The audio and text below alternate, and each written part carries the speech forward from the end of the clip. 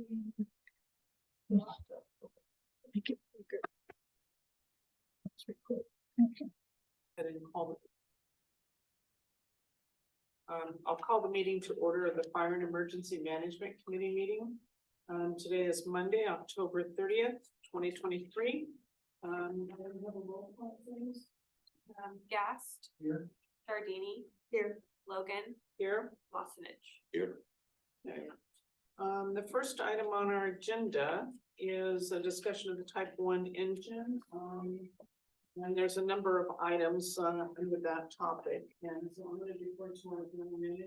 Thank you.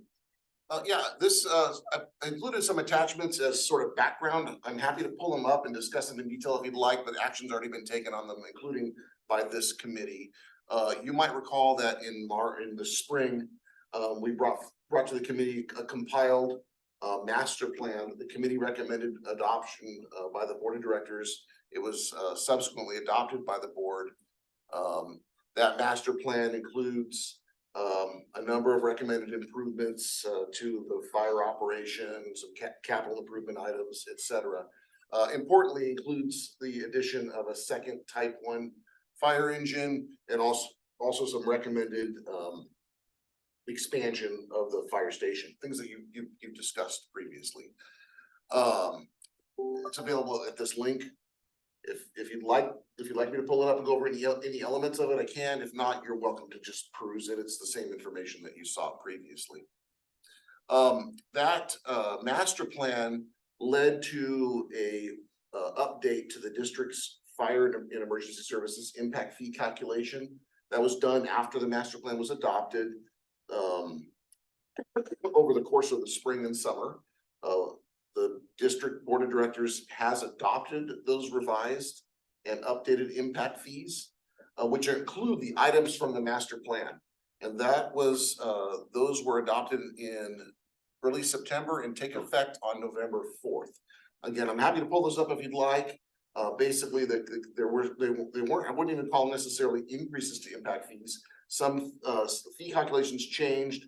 Some fees went up, and while others kind of actually went down. For example, multi-story residential fees went down, commercial fees generally went up. But those fees take effect November 4th. And the reason that's worth pointing that out is because those fees are now based on the adopted master plan or the improvements that are called out in the master plan, capital improvements, which include the Type 1 engine and the fire station expansion and some improvements at the training facility or the training grounds off of Creekside Ranch Road. So that's how those fees were calculated. They do take effect on November 4th.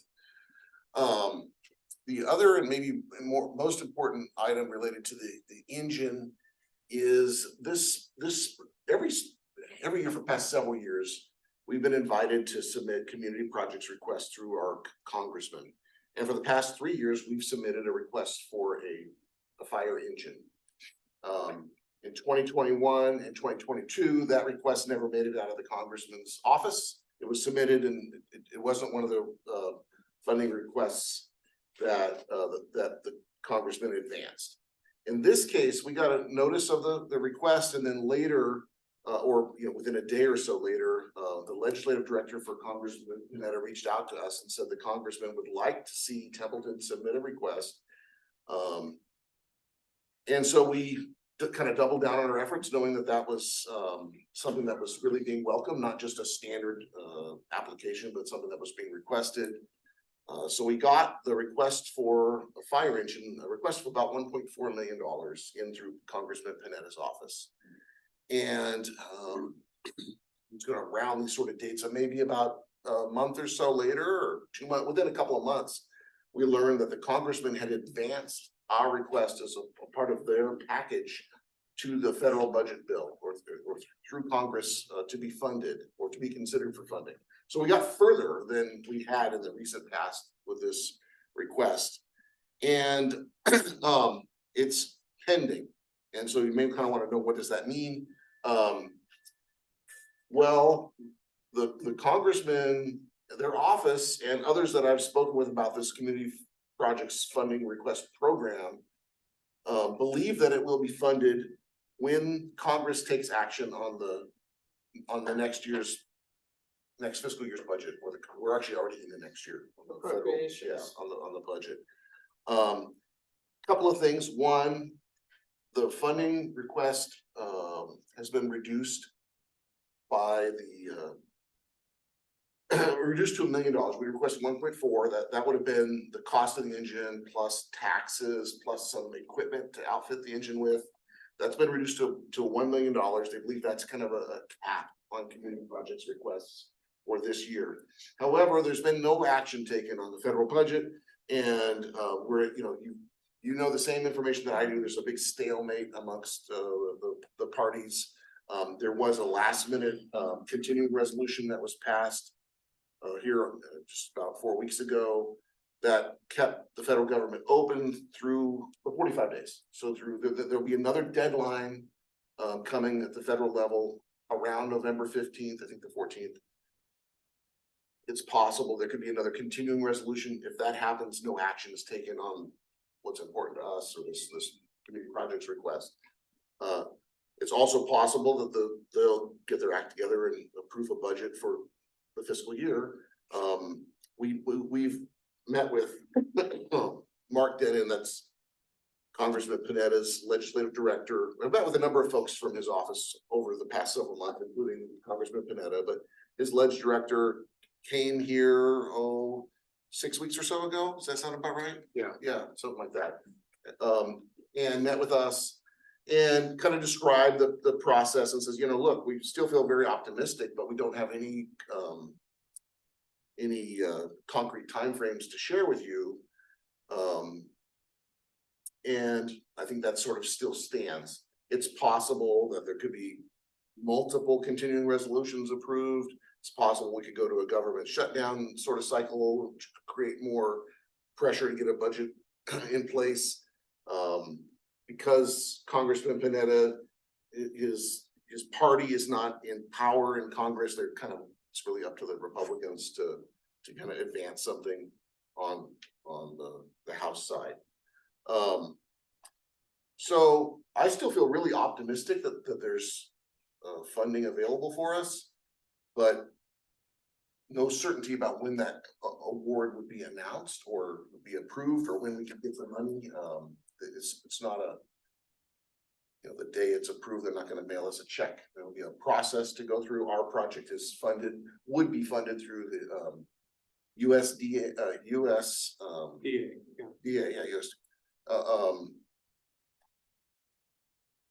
so it would be processed as kind of a grant to the USDA, although it wouldn't be competitive with other grant applications.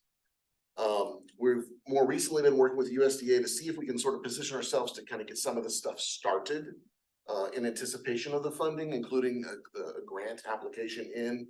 And there may be the possibility that we could even place an order ahead of a formal announcement. Now, the order would be at risk if it never came through. We'd have to fund it another way, or fund the $1 million of it another way. But we might be able to trim some time off the order time on a new engine. So that's a big concern, is if we were to wait, it could be months or longer before we could proceed. If we could operate on a parallel track with the funding, we could get sort of a jump start on the order, which would mean that ultimately we'd have the equipment here sooner and be able to put it into service.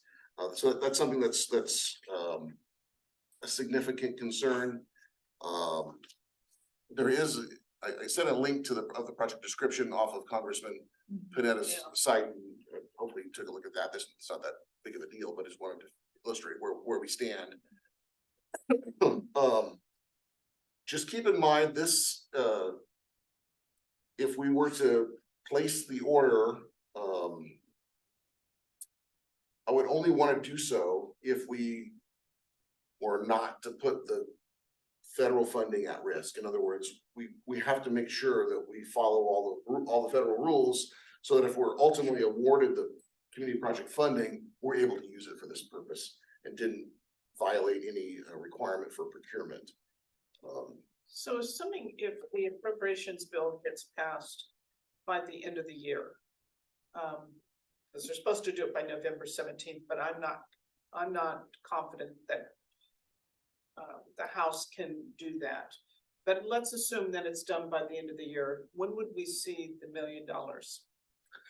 Probably not see it until after the purchase is made as a reimbursement. We're still having to work through some of those details. What would it be, 6 months, 9 months, 12 Well, months? If I can interject, we won't see it and we won't draw it Until for it's 2 years. Yeah, it would be a I guess reimbursement. we wouldn't, but, so, okay, so it would be a placeholder with USDA then, is that what you're saying? Yes. So they would hold the funds and then we would seek reimbursement after the fact. Well, again, we wouldn't be out money. It depends on how fast all this takes place, but we possibly won't be writing a check for the engine for a couple years after Yeah. ordering it. I know the order for the fire engine will take at least 2 years, but I'm trying to look at, how that comes together with the funding. So does the USDA, assuming that it does get approved by the House, the money is held by USDA and then we submit a reimbursement request? Yeah, actually, we'd have to submit a grant application Okay. initially. It would be pending funding and Yeah. then the grant would be approved, but the federal government doesn't write you a check. There's a process to seek Yeah. reimbursement. We wouldn't get an advance on the money. Okay, understood. So what happens if our request, because our request for, the Janetta's office reads as 1.2 something here. 1.245. What if that doesn't go through and we put in an order for a fire truck? Do we have the finances and the capital improvement funds to cover it? Yes, we've got about $3 million available. You would just be dipping, using some 40% or so of that funds for the engine. So then we actually have enough funds to cover the difference between 1 million and 1.4 of the original request to Yeah. supply all the additional stuff that's needed for the engine. Yeah, we would be out, even if, as I understand it right now, the maximum we should expect is $1 million. So if we proceed, assuming we still get this, we'll still have to cover that gap.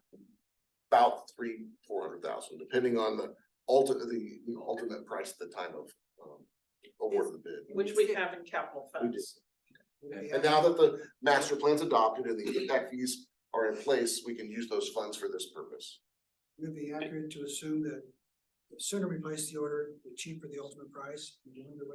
Absolutely, yes. And keep in mind that, engine prices are continually going up.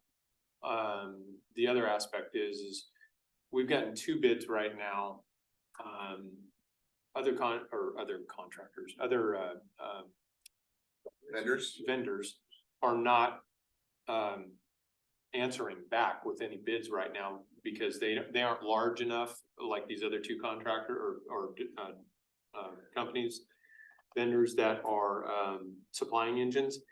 And they're just swamped. They can't get enough people, they can't get enough manufacturers or employees to pump these engines out because of the lag that took place during the 2 years of COVID.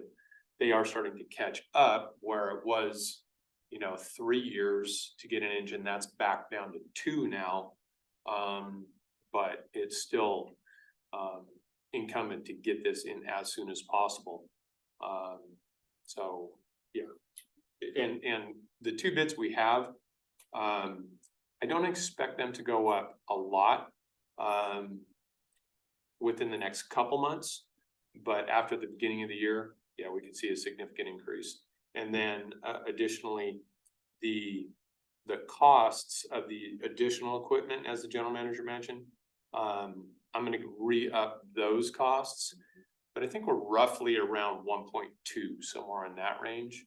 But I think we put in for 1.4 for the, did we put in for 1.2 or 1.4 on the? I thought it was 1.4, but what we're advised is that there's a cap of $1 million. Yeah. At least that's the assumed cap. It could even be lower. Depends on the budget deal. Correct. It's still possible this might not be approved. We don't really know. I mean, there's this process is sort of takes place behind the scenes and out of the public eye, and we may not know the outcome until it shakes free. If I have a question. So of the $3 million at city, in this capital improvement, just remind me, what other areas is it earmarked for? It's earmarked really specifically now for expansion of the fire station, which has a cost estimate of about $5.3 million. The engine, and then some training ground improvements of about $500,000. Okay, thank you. So those are them, and so if you spend more, if we're able to get this funding, then that leaves more funds for other projects. It allows us to proceed with those other projects sooner. Is it fair to assume from what you've heard from Leon Panetta's office that he is in favor of us and pushing us? Yes, yes. Yeah, and actually, CSDA had a meetings, California Special District Association, actually, Director Logan was there. Talked to Diane, his local rep. She's the local rep out of the Paso office. Yeah, and she assumed we actually got the money. Hmm. So that's kind of where that's at. And I said, no, we haven't gotten it yet. And actually, when he opened the Paso office, I actually went and shook his hand and talked to him about the fire engine, and he's very much in favor of it. And since we're now part of his new district, this is something where he can say to the public, look what I've done for you. So politically, this is a feather in his cap if he can get this funding for us. So I think he has every intentions of doing it. It's a matter of whether or not it will make it through the House. But I think that's a real good feeling, because if you have somebody up there battling. Yes. Okay. Yeah, no, Yeah. like I said, we're much further along than we got with Congressman Carbajal over the last couple of years, where we really never made it out of his office. Yeah. And there was never an opportunity like this. So, and I think this is a one-time shot, that I think as Director Logan pointed out, we're in his district just for the first time includes our area. There's some real advantages politically for him to try to show support for this area. If we get this funding, we won't have an opportunity to get funding from through community projects for a while, because we will have been a recipient of this. That's fair. So on the, assuming it's 1.2 to 1.4, what is our annual asset replacement cost? If it's $1.2 million, then it'd be about $80,000 a year. It's, it's amortized over 15 years. And 1.4, That'll be another $5,000, $7,500.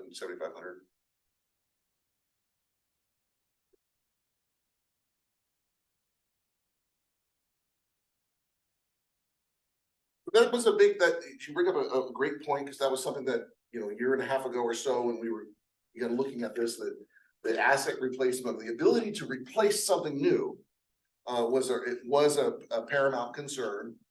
We had a tight budget, and we were already kind of well behind on asset replacement, not in the fact that the district just didn't have a big set aside in the fire fund going back some time. So even though we've been able to make our programmed asset replacement contributions and then some over the last several years, well, 10 years really, we haven't built up much of a balance. And when you talk about needing to replace fire engines that cost $1 million, I feel much more comfortable if we sat here with a $2 million fund balance and asset replacement. That's really what we should be having. Then we wouldn't be questioning whether we need to replace it this year or next year.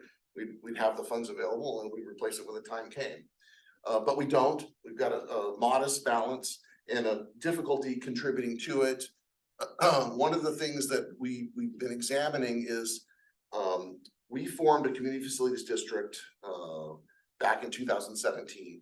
And we knew at the time it would take some time before that sort of is that the right word? Grew fruit, bared fruit. It took because it only applied to development that had not yet been entitled. And so that process is kind of lengthy. And so it takes some time before actual development that has a requirement to annex to the CFD annexes to the CFD, achieves development and is filed, and then there's actually an assessment made. And so for the first several years, we didn't see any money, and then like starting in 2020, we started, some very small, very modest amounts, and this wasn't enough to worry about. This current fiscal year, kind of for the first time, we're at about $75,000. We put together a model forecast, and I'll bring that up. This is really, hopefully you had a chance to kind of look at this. This is a lot of numbers here. Probably the important thing to kind of look at, so we've got like a table that shows annexation numbers, all these ones that have a number next to them are projects that are already annexed. And so this first section includes projects that are already annexed. And then, But the gray area is, since they don't, though they have APN numbers. so the gray area, they don't yet have building permits. Yeah. it's They're 24, ready or 25. they haven't, so if you see here, some of these, Oh, I see. some of these here are, these ones that are shown in white are already bringing in dollars. They have, these first ones are all already annexed, but the assumption in this model anyway, this table says that the first time we'll receive these dollars is in the out years or starting next year. So everything in this top white part, we're already essentially receiving funds for. Some of these we never will. Like, these are exempt projects. Like, so we had some annexations where the property was fully developed, and so we can't assume we're ever gonna get any money out of that. And some of it's like our own property. So these projects where the dollars start, this totals about $75,000. That's what we're receiving now. The CFD goes up between 2% and 6% each year, depending on the CPI. So we know that even if nothing else happens, which wasn't the case, but if nothing else did occur, we'd be bringing in about $80,000 a year in about 2 years, just with the CPI adjustments. No new projects, no new annexations, no new development. But we have a number of projects that are pending that we believe are gonna become finalized in the next couple of years. And so you can see those down below here. This is the estimated annual dollars that would be coming to the CFD funds. This isn't yet finalized. It's gonna depend on either the square footage or what ultimately gets built. Commercial and industrial properties are assessed on the square footage basis. Single family and multifamily projects are assessed on the dwelling unit. For example, that top one right there, I just recognized the address and the actual development. That one is gonna be finalized here within the next month or so. So it'll come online in 2024, I would imagine. The 320 Marquita. It's built, it's a tenant improvement, that's gonna be final. So there's 3 of them with that address. Yeah, there's 3 buildings on that site. All in various stages. Buildings are all up. If you drove by, you assume it's done, but the way Mike English goes about it is he builds a shell building and then later comes back and permits the tenant improvements for the specific tenant. So those are there. So we try to come up with an estimate in a time period. The further out you get, the less these dates become, more guesstimates. Some of them are sort of placeholder dates. Like we've got, this is a project, the bottom of this white area here. This is already annexed, but none of these are a bunch of lots that were built, off of Calmetto. And none of them have any development. So we assign just kind of out years. So, this probably would be built sooner than that, but we didn't want to be too aggressive. And we just assume 5,000 square foot buildings, but they could be 4, they could be 6. We don't know. There's no proposed plans, but they are annexed. So, okay, so all of these below the gray are annexed in. Yes, No buildings or anything have been put on them. correct. Some of them do have permits or projects that are in various stages of application. Let me slide over a second. Yeah, see here, we know an Old County Road. Yeah, the one on Rossi actually has permits. Yeah, there's one right here with a permit. This. So that's why they were signed out further out years, because we have less certainty about when they would actually be constructed, and until they're completed, no assessment will take place. But if Well, we're at 75,000. yeah, we're at 75,000 about right now through this here. These are much more certain. I mean, English's stuff will occur. It just depends on when the tenant improvements get finalized. These are ready for permits. I can see this, these here. They're not big dollar items. big, small projects. Here, and then you get down to some larger, at least in terms of annual, funds coming in, $10,000 a year, on this project.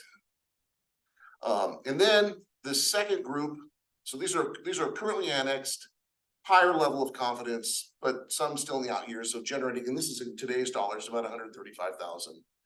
And then this second group are projects that we know about but are not yet annexed. But are in various various stages of the development process. Toad Creek Terrace, that's the project down here off of Old County in Gibson.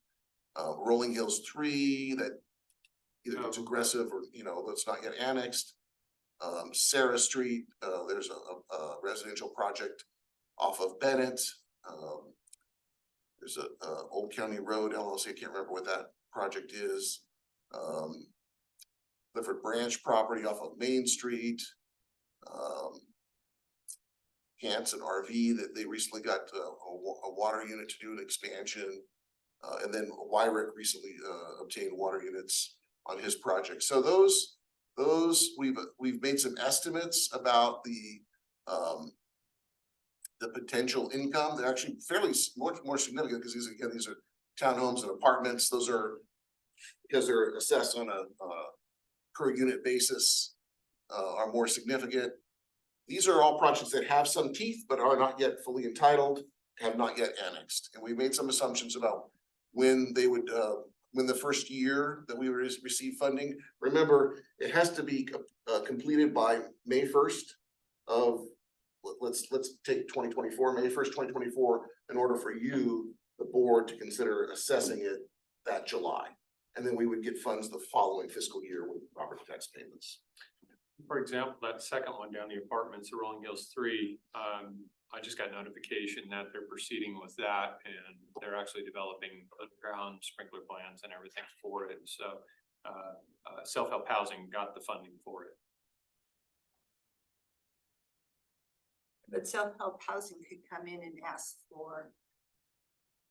Last time they missed a law that was in place that they could ask for an exemption on that. Last time they couldn't ask for an exemption on it because of the law. Actually, if they had withdrawn it and resubmitted it, they would have gotten the exemption. And so I don't know if we'll get that amount coming in, depending on how smart they are. Because they could have, and they knew about that exemption. They asked our board for it. And they came in, or something was done a year before that exemption came into effect. And so they may qualify for that now. Yeah, again, these are projects that are not annexed, but we Right, would and anticipate. but the thing is that's $27,000, they're 21, we're looking at $48,000 that might not. Well, this one here, this is. No, that's the affordable. townhomes. These townhome projects are not affordable, that's not. I think these are so far off that I think it's probably not worth really focusing too much on. It's nice to know that there's potential, but there's so many, I mean, this is so far off. And you're right about Rolling Hills. They did miss that exemption. And I'm sure they're not gonna miss it a second time. Because the board did not approve the Right. request. Yeah. So. Yeah. Yeah. So, I have a question of clarification. If I may. The asset replacement contributions come from new developments. That's a portion of what they pay overall. How does? So no, and I'm sorry if I confused that. So our asset replacement contributions are an internal policy that has us set aside in each fund, fire in this case, but in each fund, an equal amount to that year's depreciation of assets. So it's really operating money that goes in there. It has little to do with new development. This is, I brought this up at the time because the CFD funds are to be used to provide additional services as a result of development. And the second fire engine, the second type 1 engine that we're seeking is a new and additional engine, new and additional asset for the department. We've never had 2 type 1 fire engines, or I'm not aware that we've ever had 2 type 1 fire engines. And so it is a clear it's clearly a new requirement, the asset replacement requirement is clearly something that's new. Would be new to Templeton, and so it would be a very defensible use of the funds. So, like, it would be, I would have a hard time, for example, arguing that we could take CFD funds to pay for, parks maintenance at an existing park that hasn't changed. Same park that's been there for 20 years. You know, if it's a new service or a new amenity or new areas, then it's much more defensible to use the funds to pay for, that obligation. So the increased revenue from the growth, a certain portion of that is set aside in something called the asset replacement. Well, in this case, I would recommend that if we have this likely new need of about $80,000 a year to fund the additional asset replacement associated with a new Type 1 engine. And so one of the purposes of this illustration was to show that, do we have $80,000 a year of money coming in that's new and not yet appropriate, not yet being spent somewhere else? So far, we have not begun spending any CFD funds. So it's not taking from another, right now that money has not yet been committed or dedicated. And so The CFD funds were set up to help any department, so not specifically just fire. So our board would have to make the decision that we were gonna take what was in the CFD fund and allocate it solely, $80,000 solely to the fire department. Or we could take it and allocate it towards the new playground at the Evers Park. And because that would be a new facilities instead. So our board would have to make the decision of where we wanted that. Do we want that money to go solely to fire and park, to fire and sewer or something like that? Yeah, just a correction though, because it was actually in 2015, because I'm looking at staff report from 2017. The district started investigating forming a CFD for the purpose of augmenting the fire department revenue.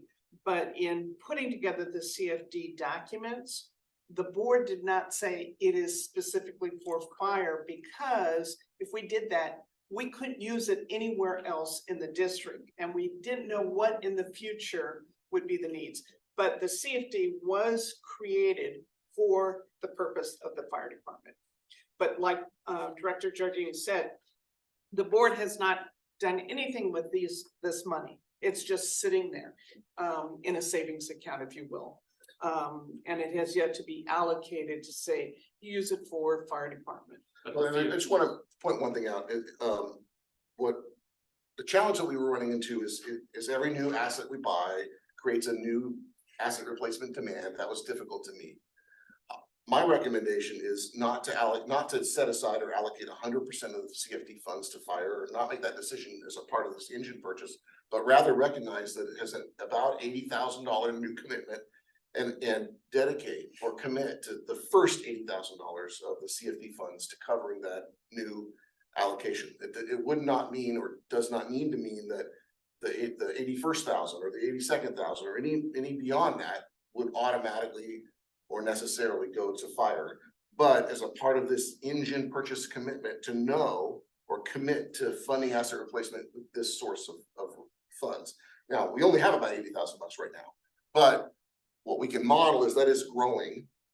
We don't really know when. I mean, it's been sort of tricky, right? Some of the projects get put off or don't come to fruition. It's possible that it could sputter for a while before it kind of picks back up. But our information shows that with the projects that we know about, this last group here in yellow, and again, we're kind of getting You're getting very speculative there. yeah, it's getting more and more. Yeah, you're correct. If I know one of them's completely off. It's, these projects are ones that have been kind of reviewed, discussed, inquired about, whatever. So in total, when you add them all up, we're getting about, again, keep in mind, we're getting about $75,000 now. We know of about 280,000. But the dates in the out years are gonna be, they're not gonna match this. This is just an illustration. And there'll be other projects that come forward that are not on here, and some of these projects will dry up and go away. So how much money do we have in the fire department asset replacement fund right now? It's a little over 500.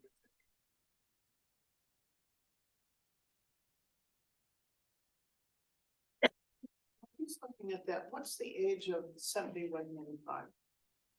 It's 22 years old. 22 years old. And when And, we, and when we it's get to usually in that, the shop. well, and when we get to that, it's currently broken. So we have a major issue with it right now. So by the time we do get a new engine, if we were to order one today, we're looking at 2 years out, it would be 24 years old. Correct. So all its depreciation will be done. Oh, Well, it's- yeah, It's almost. done, I think it's. Yeah. On, I'm sorry, on 7195, I think depreciation is done in. a That's couple not true. years. When we make repairs, assets get, those improvements get Oh, Funded. booked in, and then it creates new obligations. But keep in mind, the goal of this decision is not to surplus 7195, it's to keep it in service as a Yeah, yeah, reserve engine for another decade. Yeah, but So I'm we just need it, looking yeah. at, we need the engine, because if we've got a 24-year-old engine, by the time we get a replacement, if it's 22 years now. correct. Yeah, with so The repairs. reliability is the thing. It's a reliable engine from the aspect that it can go out pump, but it's the daily 5 and 6 trips, in and out. The training, that type of stuff on it, that takes its wear and tear, a couple more years of that. And as the general manager said, using it as that reserve engine, that bolsters that additional time that it will be a usable in-place engine as a reserve. And it keeps you being able to use the other engine, the type 2, for out of county, or type 3, Yeah. for out of county. Correct. So yeah, your memory was great. About $495,000 is our projected June 30th ending balance, June 30th, 2024 ending balance. So why wouldn't we draw that down first before going into the CFD funds? Well, so because we're not proposing to replace 7185. We're proposing to add a second engine, and so asset replacement funds are only eligible to be spent if you're actually replacing it. So the purpose of the Oh, I contribution see. is to actually is to start saving up money to replace the new engine, 20 years from now. Right. So we're Okay. setting aside money so that when its replacement is due, funding is there. And this $500,000 that we're speaking of will be needed to replace the existing 7195. When down the time road. comes. 10 years.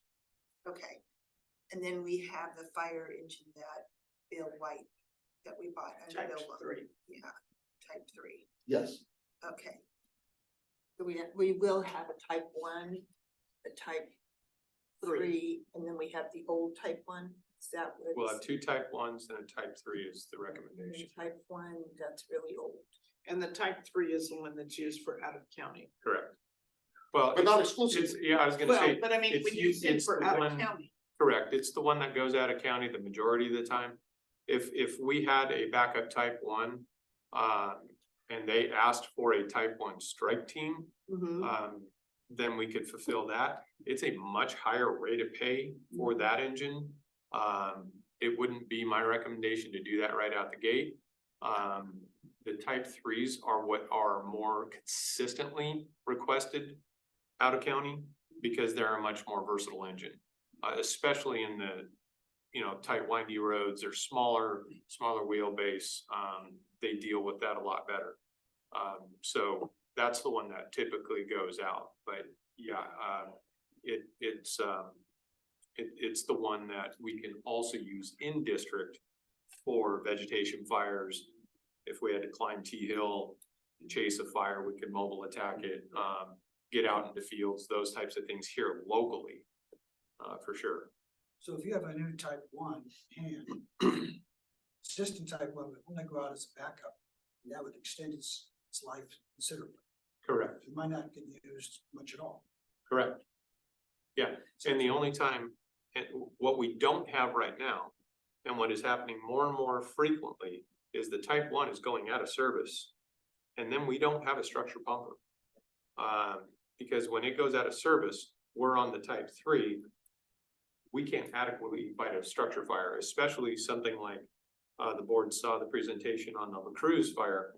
We would never be able to accomplish anything So then you would remotely. be relying upon Paso or Atascadero. Absolutely, yeah, and we'd be waiting 5-10 minutes for those resources to get on scene and watching the fire grow. So, the purpose of this item was to kind of just to bring you up to speed, to illustrate the recommendation regarding the asset replacement contribution component. And keep in mind, again, this was not we didn't have $75,000 a year to work with just a year ago, right? So this wasn't an option just a year ago. We had $35,000 coming in. Right. Now we've got 75 or soon to be 80. What we'd like to do, if we'd like to get the committee's, concurrence on staff continuing to research the opportunity to pursue both the federal funding and the procurement on a parallel path. We're not gonna place an order without formal board authorization. But if we can identify a means to procure, in other words, what the bidding requirements are, et cetera, both to comply with the district's purchasing policy and the federal guidelines, without risking the federal funds, because to me, that's the worst case. You know, we cannot get the money and then not be able to use it. We have to be, if we get the money, we have to use it. We can line that up. We can come back to the board with authorization to make the purchase and have all of the T's crossed and I's dotted with regards to these purchasing requirements. We're still engaging with the USDA. We have an application that's due to them, and then fine tuning or really understanding completely the purchasing requirements. And only after we're incredibly confident that we can achieve those and meet those ahead of time, we could be seeking the board's authority to go ahead and place the order, get us in line. You know, at the same time, would you also be looking at the CFD funds and getting board approval on the 75,000? Yes, I mean, in terms of like a commitment, just, Yeah. yeah.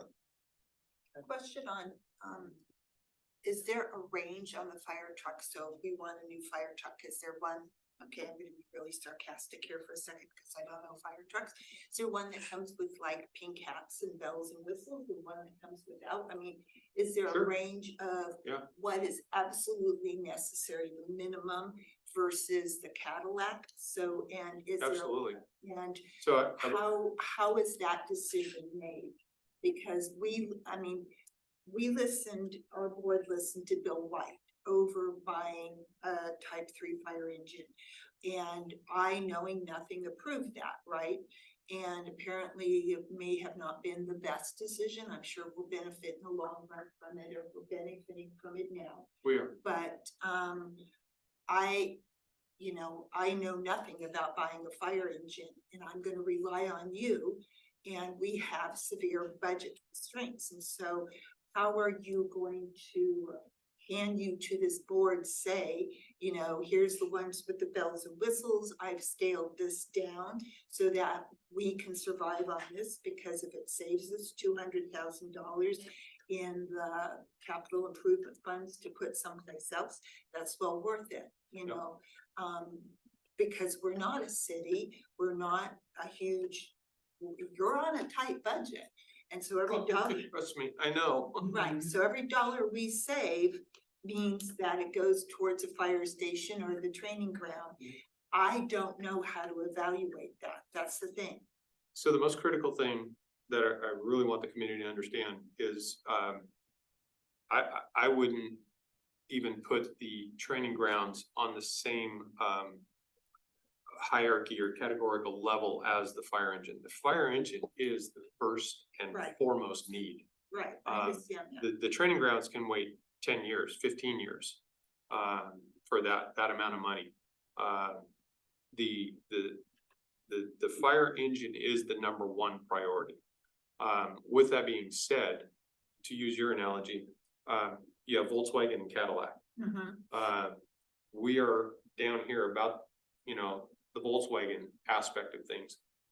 From the perspective of a very reliable, very well-built fire truck, we're about medium range, and that's what we're selecting, because of reliability.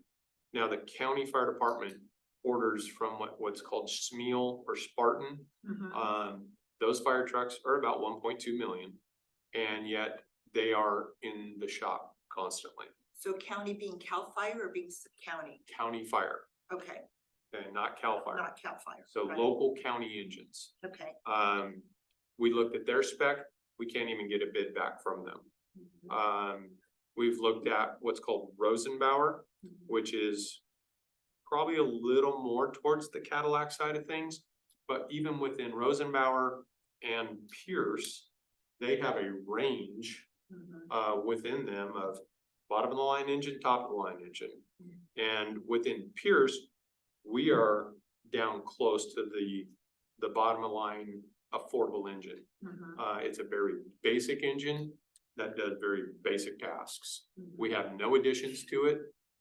If we decided to add some of the things that some of the more affluent departments add, we'd be looking at probably $1.5 million to 1.6, 7, somewhere in that range. Mhm. But we're sticking to the affordable aspect of things. If you remember when I came back to the board, was it last year, we were at about 830,000. It's just, Yeah. I thought it's it just was the economy. It's not right. It's not right. Yeah. So that's essentially where we're at.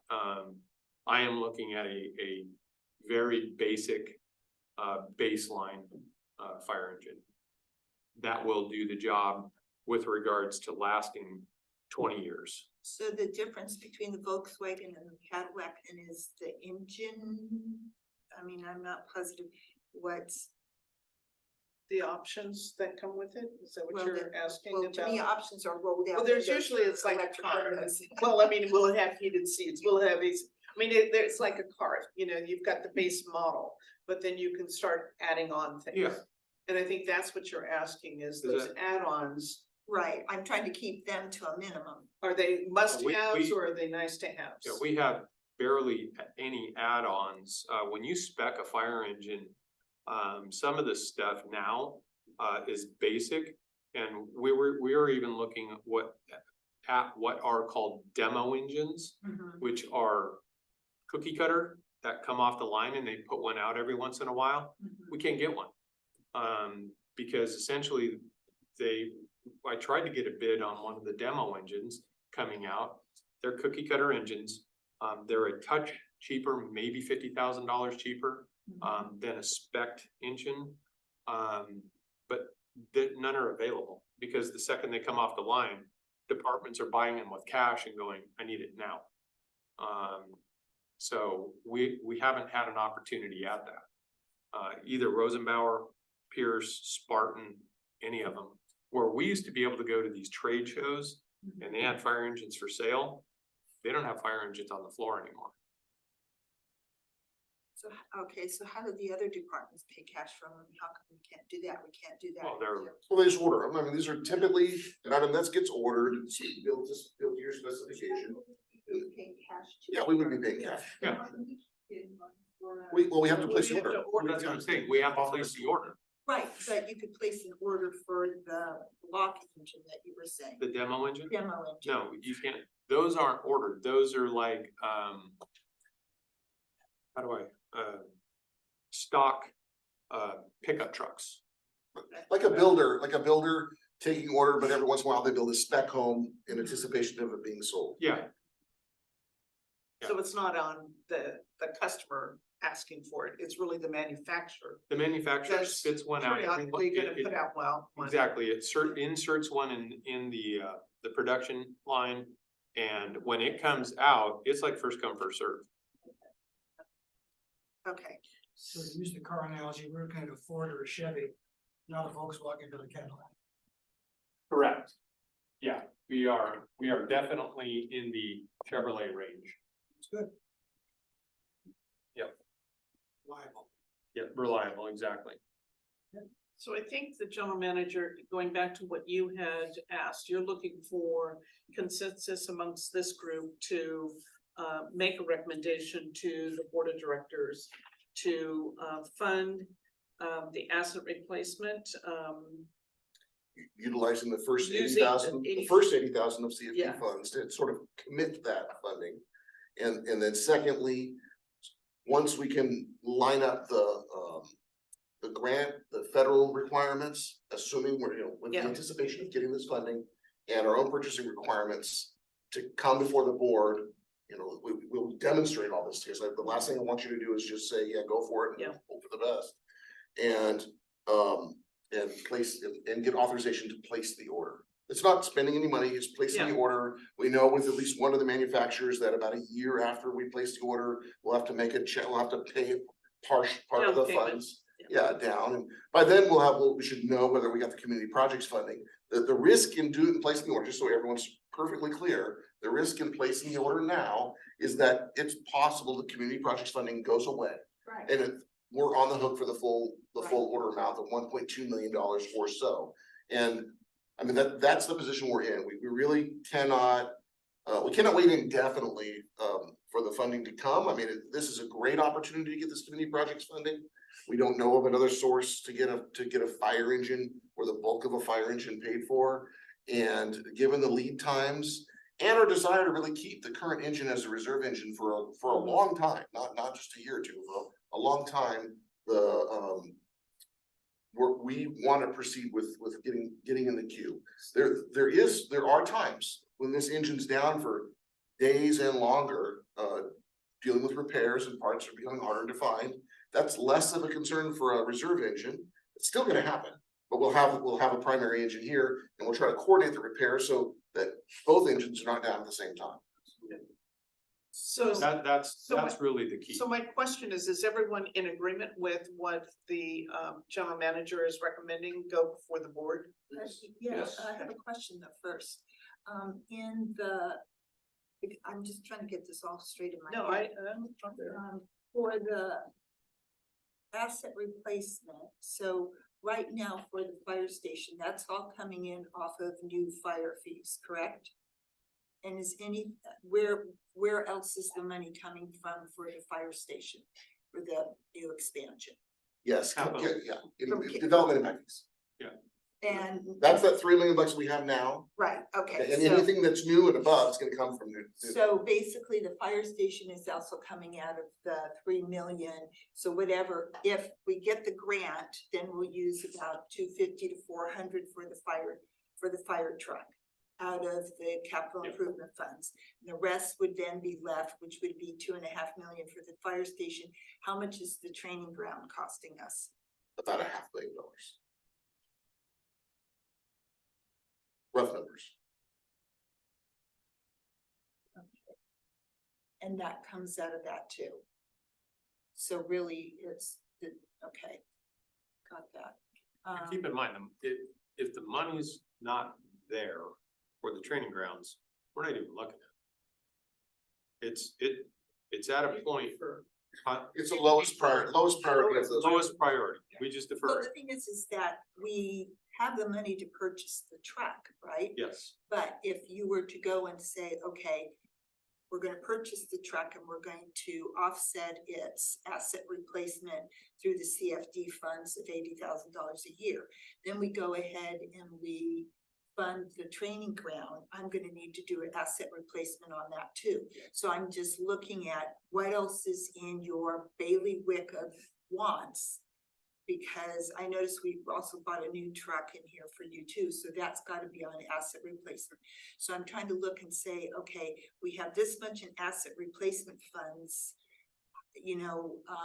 How is it going to fund a training ground? How is it gonna fund a fire station? How is it gonna fund the new truck you got? So that we're not draining down that asset replacement fund and having to then take more out of the CFD to cover your cost.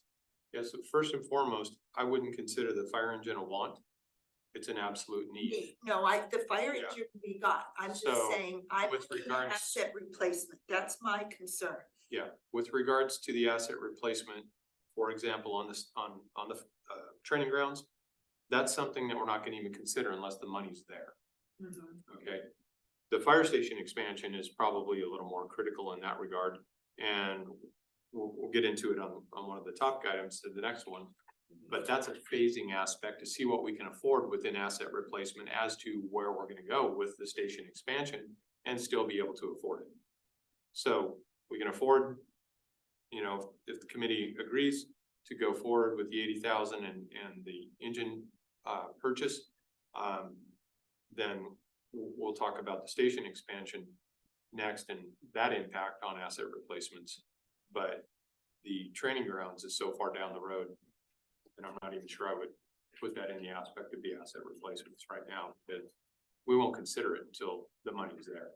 Okay, so I mean, I'm okay with buying the fire truck. I'm okay with, you know, the $80,000. I'd rather have it come out of their asset replacement fund first, be going to CFD, but get vote vetoed on that at the board, so So you're okay with it going before the board? I'm okay with it going before the board. But I also wanna know where this money is going to, and we're gonna get to that, Yeah. so. Okay, so, are we done with that topic? Yeah, I Can we think Move on to the fire station expansion, might be a good segue. Yeah, I noticed. I Yes. think that's where you lay out the options. Yeah, so, okay, thank you for following along on that. So the next time we wanted to kind of talk about is the fire station expansion phases and just concepts. Just as a reminder, just real quick, I'm gonna bring up the floor plans. This was something that the district had drawn up a year and a half ago or so. The concept, just again, as a reminder, is to add a two-story. This is the current footprint of the existing fire station ends right here. So this is actually where we're sitting today. And the apparatus bay is here. This is the current existing fire station offices and the current living quarters. It's kind of shown in this gray box.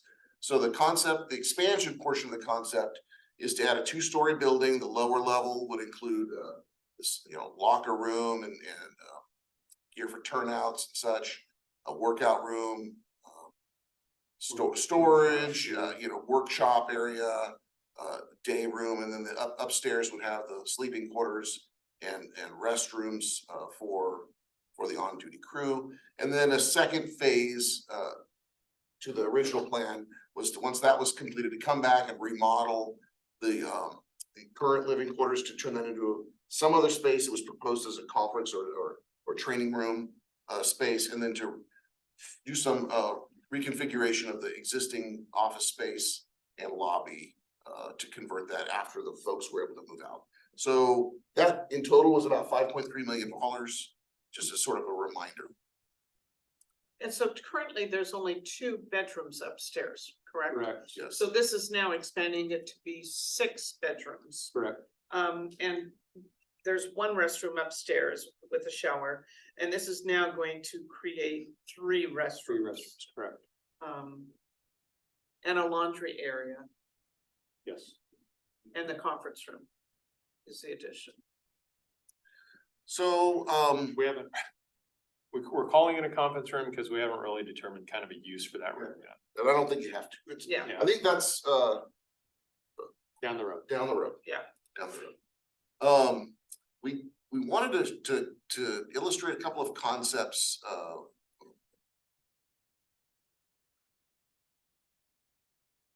A couple of options. So we got a little sticker shock when we get this $5.3 million estimate. And I thought this is gonna it's gonna take us 20 years to collect enough money. It's gonna put it down the road a long time. Let's look at it. Let's look at another alternative. And we've discussed with the committee the concept of putting a modular home as a interim measure where the addition would go, essentially. And then when we're ready to actually build the planned expansion, the modular would be moved to the training facility where it could serve a couple of different uses. Again, it's not something you would need to decide right now, but and then proceed. And so we've kind of outlined 2 options. This option 2 is essentially what I just went over. That's what that's the district's long-term plan. It's only available if the federal money, this is only a viable option if the federal money comes through with the engine, right? Because then we have most of our $3 million to work with. And it would still require a loan, probably an internal loan of about $1.25 million just to build the first phase, based on the cost estimates from 2022. So, and that would allow us, if we did that, if you spent all the money out of the bank, if you got the federal grant for the engine, spent all the money you have left in capital, in the capital account, and took out an internal loan, you could build likely the expansion component of the station. It would be about $4.25 million total. It would construct the new addition. It would renovate, there's some renovations that are needed in the apparatus bay, and we'd move into the new addition. That, however, would have, again, when that $4 million asset hits the books, it's gonna create about $100,000 a year new asset replacement requirement. Because we amortize, again, it's gonna be depreciated over 40 years. $4 million, 40 years, $100,000 a year, just real rough numbers. Therein lies kind of one of the dilemmas. So one, we're $1.25 million short. Two, we're banking on the federal money coming through, and three, it creates a new $100,000 annual expense that we haven't figured out how to pay. And then, and of course, this is gonna take a little while. And then phase two would be some point down the road. Once you've paid off the loan, and once we've acquired another $1.25 million, you could do the renovation, the internal renovation to the office spaces and the existing upstairs. So some, just without giving an exact date, a decade later, or something along those lines. The first option, or the one that we've kind of tried to illustrate over the last year or so, after we got the sticker shock, was what would it take for us to do like an interim measure? And so, Chief Peterson came up with sort of alternate, select a modular home.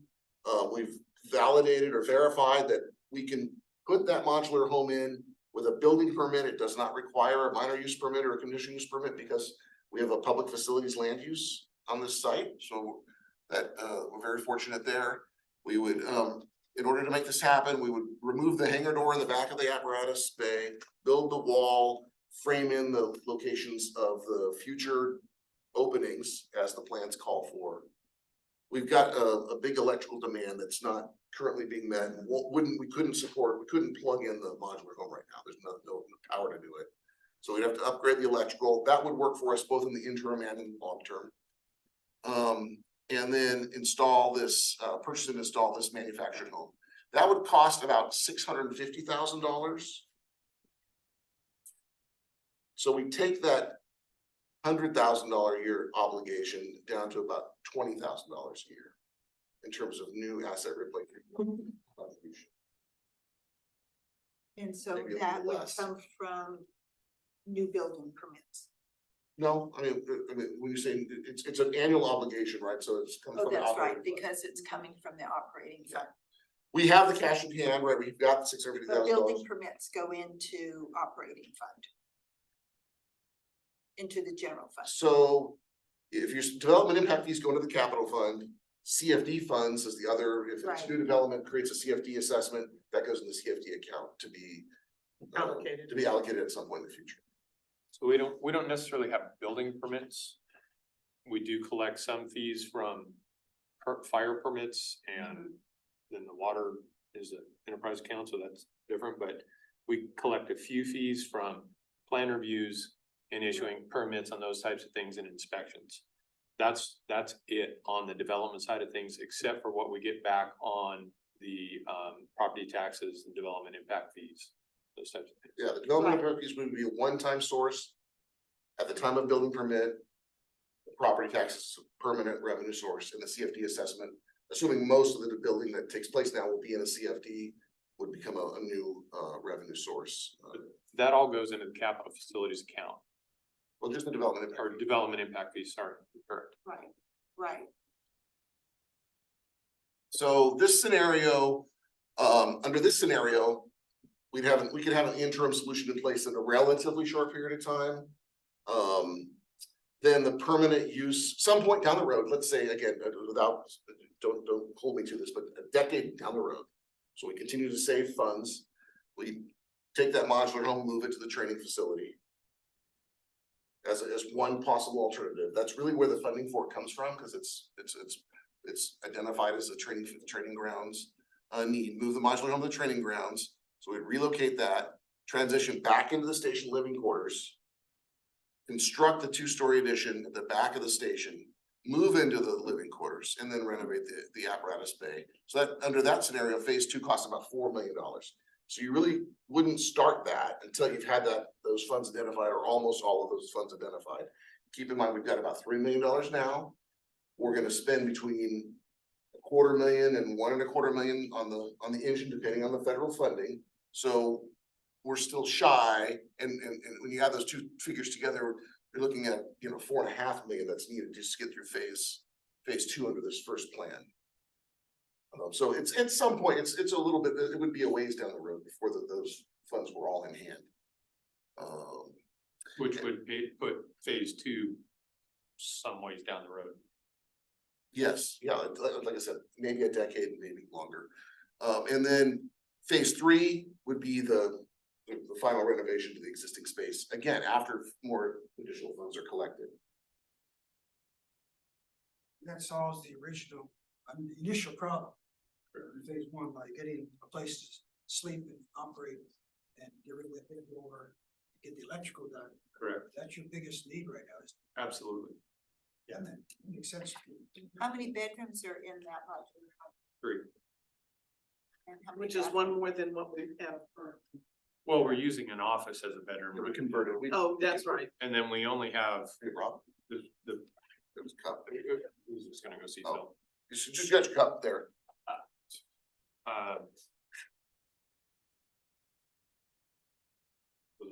Oh, the problem that we have right now, which is a significant problem, is we only have one one shower. And that is a significant issue with regards to when we're on a structure fire. We'll have 3 to 4 people come back that all have to use that shower. The new cancer prevention requirements within the fire service mandate that they have to get a shower within 30 minutes of getting back from that incident. And a lot of times that doesn't happen because they get another call on a medical or something along those lines. And then they can't get in and get that shower to get those carcinogens off them. Where if we had even one more shower, now we've got 3 people using 2 showers, So the modular home comes with 2 bedrooms and a shower. 2 bathrooms. 3 bedrooms, 2 baths. Oh, 3 bedrooms, 2 bathrooms, so there's no kitchen or. No, there's kitchen too. And that's, I was just gonna go there, yeah. So if they did the construction upstairs, they could use it as living quarters, a kind of a temporary housing in place of upstairs. Yeah, we would, if we get the modular, we would vacate the upstairs Upstairs. space and convert this back to an office. Correct. And the modular would be where the living quarters were, that's where all the eating would be, showering, sleeping, et cetera. It would be the living quarters of the fire station. Day room, still not perfect, but it adds a lot of capacity that we don't have now. We would build an enclosed entrance into the apparatus bay from the modular. Mhm.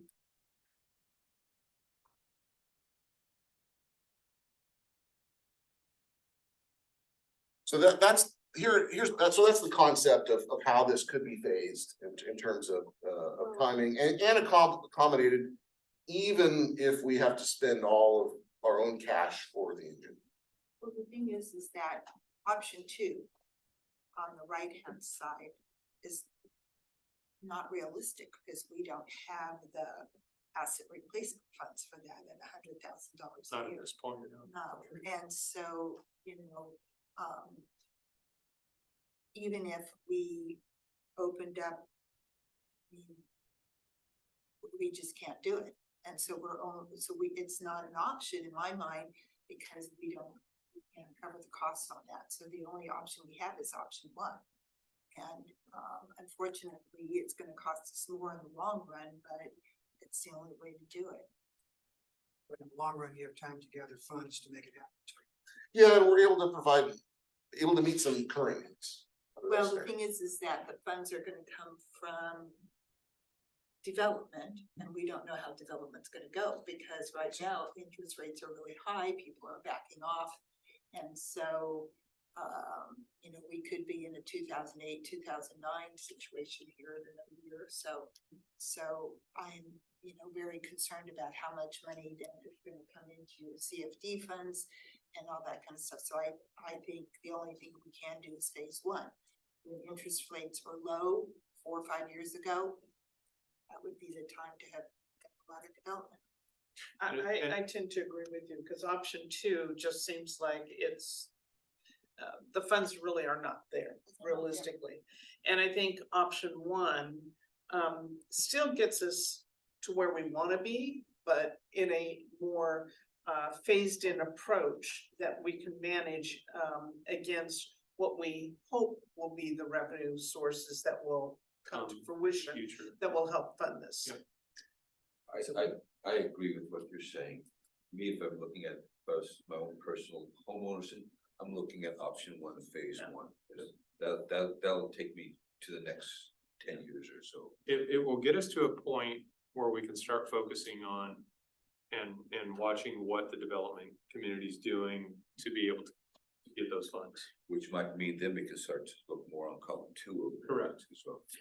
So we have $20,000 on that that's gonna need for the asset replacement fund, and where is that $20,000 coming? Yeah, that's not that identified. I mean, again, we would have to identify, and commit a new, you know, a new revenue source. Now, keep in mind that we wouldn't flip the switch to make this happen, right? There'd be we'd have to have drawings completed, construction done, move in the modular home.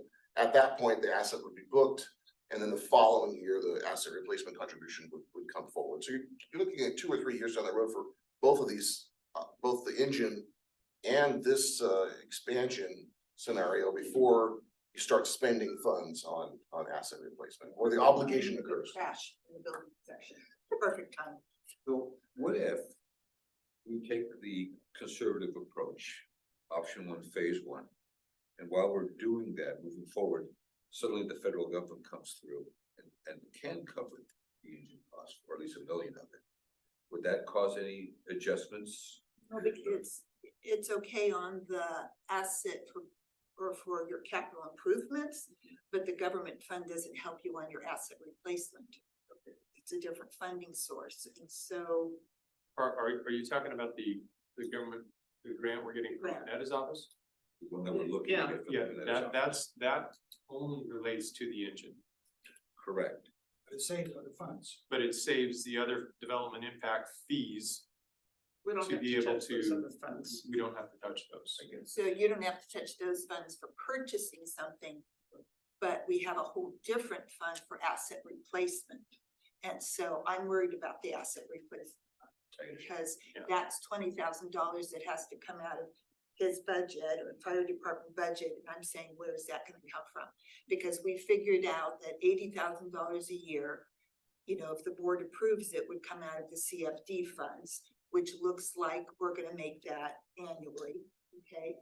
So now we've got a $20,000 deficit on this a year, so I wanna see where that's coming from. So as the general manager said, in a couple of years, when these asset replacement funds kick in, we could be looking at least 20,000. We saw a $50,000 a year increase in property tax in 1 year. There's a multitude of places where it can come from. You know, CFDs can go up 20,000, property taxes can go up. So it's just Property depends taxes on where only they go. go up when it goes from vacant land to development land, Correct. right? Or if a house sells or a commercial Yeah, lot but for sells. example, I mean, just the hotel itself will come online, Right, and that's $20,000 right there in additional property tax roughly. to be split between you and Park. Whatever that, because your property tax is part of it, you get part of it, Right. Parks get. And then once, if we, in the other unknown years, drainage and lighting, because eventually those will have to come out of property taxes too. So I'm just And I think you watching bring all of it up. No, I think you raise a legitimate point, because, you know, we're talking about a lot of money here. But I think that what this illustrates though, is really kind of setting a strategy for how we're going to approach it. And I think we've got consensus that option two just is too aggressive, because of the funding that's required. Option one, it seems to be a more logical approach, given our financial constraints. I don't know about if we're ready to pull the trigger and move forward on, because I would recommend that option one, we really wait to see if we get those federal funds for the fire engine. Because then it tells us, oh, now we have all these other funds that are available to really address your issue with asset replacement. But those funds can't be used for asset. I know, replacement. but it tells us where we are financially to say, we've got the engine, $1 million covered on the engine. So I think we can kind of, I mean, if we get the grant, what it does is it gives us $1 million extra towards doing the fire station expansion. But we still have in a separate category, the replacement funds. So we've got the asset replacement funds covered for the fire engine through the CFD. So now we've got a $20,000 deficit.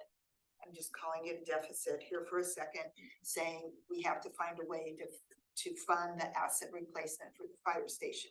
Because when we looked at the CFD funds over the years, and I guess we'll get to this, is that it was gonna help the fire department out until 2027, 2028, where it fell down.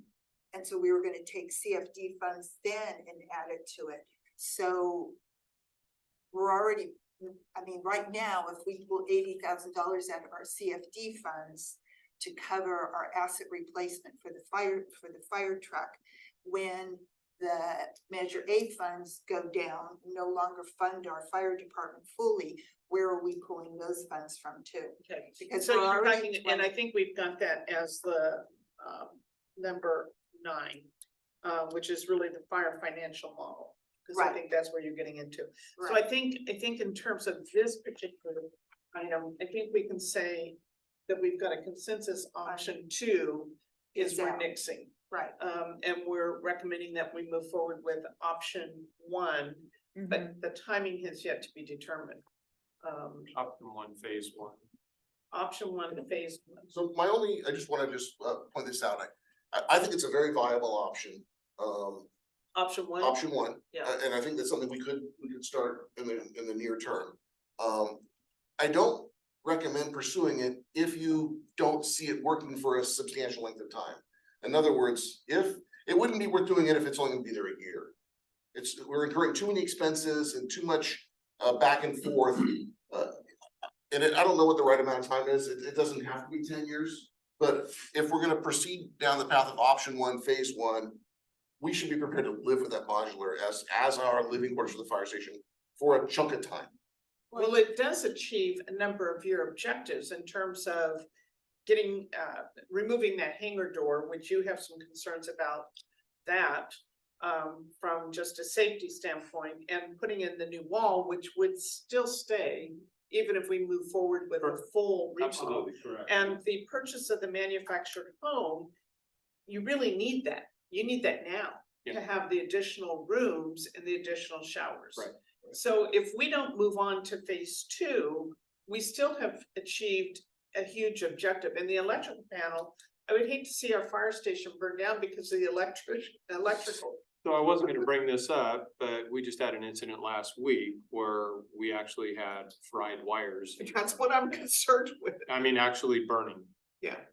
Well, okay, so devil's advocate for a second. We get the $1 million from the government.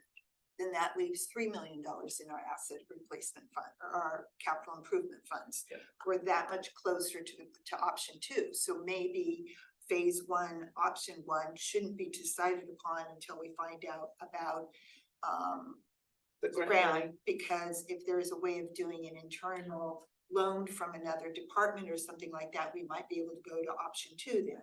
So I think right now, as we're looking at it, we see phase 1, option 1 as, okay, this is the most logical under the budget, assuming cheap or least amount of money scenario, option two, phase one might be viable with, you know, some help. Who knows? But again, then what we're stuck on option two is the $100,000 asset replacement. And I think in the short term, I would agree with the committee that option one, phase one is the way to go, because we're not really, and I think the general manager would agree with me, we're not really wasting any money by that option.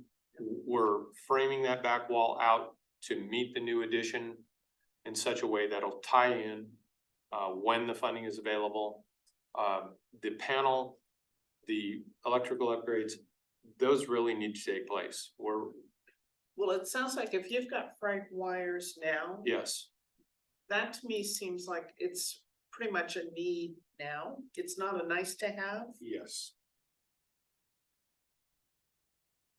Yeah, so I think my only point was if you envisioned us proceeding with the permitted expansion just in 2 years or something, I wouldn't wanna go through the No. headache of doing the modular and I don't, this and whatnot, but you know, just because there are some costs that we you know, moving this. The modular is like a 10-year. Well, Yeah, well, it doesn't have to be 10, it's nothing magic No, about it's that, but like it, 5, at least 5. yeah, it's gotta be it's gotta, in order to go through that. and I think a 5-year time frame is a minimum. You know, that it would be in there, and then we'd have to look at somebody would have to look at the finances in 5 years and say, okay, are we gonna be in this for another 5, another 2, another whatever? And make a decision, okay, can we bump over now to phase 2 and start the relocation? That's why option one, I placed it as option one, because it gets us to that point where we can hit those financial benchmarks to make the decisions we need to make to move forward on these projects. I agree with you. There's nothing wasted in option one, phase one. Another need it meets is the space for a female So, employee. I was, Which yeah, we currently have, that's not being met adequately now. correct. And that is one of the items, and thank you, Jerry, I was gonna bring that up. It's a situation where we could find ourselves in liability if a female firefighter decided to make a complaint or male, or male, it goes both ways. right? Where we only have Oh, the come one, on. Rod's over there like, wow. where we have the one bathroom specifically. It's just not ideal. It's not, the facility is not set up for 24/7. No, And that's been a major problem. And so what we really need to do is we need to now change that. yes, I would actually recommend in option one, phase one, do the electrical ASAP. Yeah. Whether the rest of it happens right away or Yeah, not. yeah. That's a real liability. yeah, well, we would need the committee's, you know, Yeah, support. it really, it has to be, in order to use the development impact fee funds, we've gotta be working towards expansion, right? Because can't use impact fee funds just to make a repair. We would be using them to prepare for A larger. a larger expansion. So that's why it's coupled, that's why it's kind of coupled the way it is to be defensible. And I know there's been some back and forth about when do we make the decision about proceeding? I totally get the fact that it's gonna create an additional asset replacement obligation. That obligation is gonna come no matter when this gets built. You know, if you wait 6 months, it's gonna hit. If you wait a year, it's gonna hit. If we wait until we find out if we have the funding for the engine from the Congressman Panetta's community projects funding, the asset replacement's gonna hit. If we can identify a source, and we can walk through this in a little bit down on the agenda to kind of see where the model kind of showed. If it's seen as a need, it's that $20,000 is about 1% of the fire fund's budget. So I don't wanna, I don't wanna sound like I'm not concerned, because I'm concerned about every nickel, but it's not nearly as significant as other expenses that we face in the fire fund every year. Although it is a new permanent or a new long-term obligation. Does all of phase one, option one, phase one have to start at the same time, or could it be done in phases within the phase? It would be done in phases within the phase. In Yeah. other words, we couldn't put the modular back there until all the other work was done. Correct. To me, electrical seems like the first Yeah. phase. Yes. Phase one. Yeah, it would be the first priority within that. So maybe we should, cause I think we're all in agreement on option one, phase one. And that really being need, I know, I think it's a fly or mosquito. And then we can talk about further the financing when we get to, agenda item 9. Cause that's gonna be the financial model review. So I think what I'm hearing is there's consensus that we ought to pursue option one, phase one. We need to work out some of the details before this can move forward. Just so you understand that $650,000 is really a number of different things. We have to hire an architect to develop plans. We have to get building permits. The building permits would be for all of the different components. And then would be an electrician and a framer and all these, the work that would take place on the building. And then the modular home is a separate component. And there'd be some costs of hooking it up. It wouldn't all happen at the exact same time. Do you know what the lead time is on the modular home? I think she said it's about 6 months. Okay. No, it might even be less. I can find out for you. Yeah, I'm just kind of curious in terms of the timing of everything, because of, Jerry, I think you're right. I think the electrical is the number one, and then it would be the wall. And I don't know if you would do that in tandem, if we did find the funding, if we would do it in tandem in ordering the modular, home, or manufactured home. Yeah, at the time that the board would approve this, I would go forward with, getting the All three. the architect started on it. Yeah. And then definitely get the electrical and the pipeline, because it takes PG&E some time to pull new conduits. But I just learned something from the electrician that was out here the other day on an emergency repair for us. That they may not have to pull new conductors. The conductors that are in place could potentially work for the new panel set. So, we could see something saved there. You have to connect to sewer too, right? We have sewer back there. Oh, you have sewer back there. And by the way, I do want to go through this stuff with you, Downey, just real quick here. These assumptions include the district waiving the impact fee charges for water and sewer. For this expansion, because if this was somebody else, we would be requesting that they get additional water and sewer units, because it's like adding a home to the property. Right. County fees have not been included. There'll be, You can ask for a waiver. yeah, we can ask for a waiver on Up those. to 5,000. They max it out at 5. Okay, and then we use the 2022 cost estimates for construction. And the current impact fee balance is about $3 million. And we're gonna ask for a free inspection from the fire department. All right. Yeah, do that in advance. All right, so we're ready to move on then to the out of county assignment. Yeah, just want to review my notes, because I got a number of questions. I want to make sure we have addressed those on the right Okay. spot.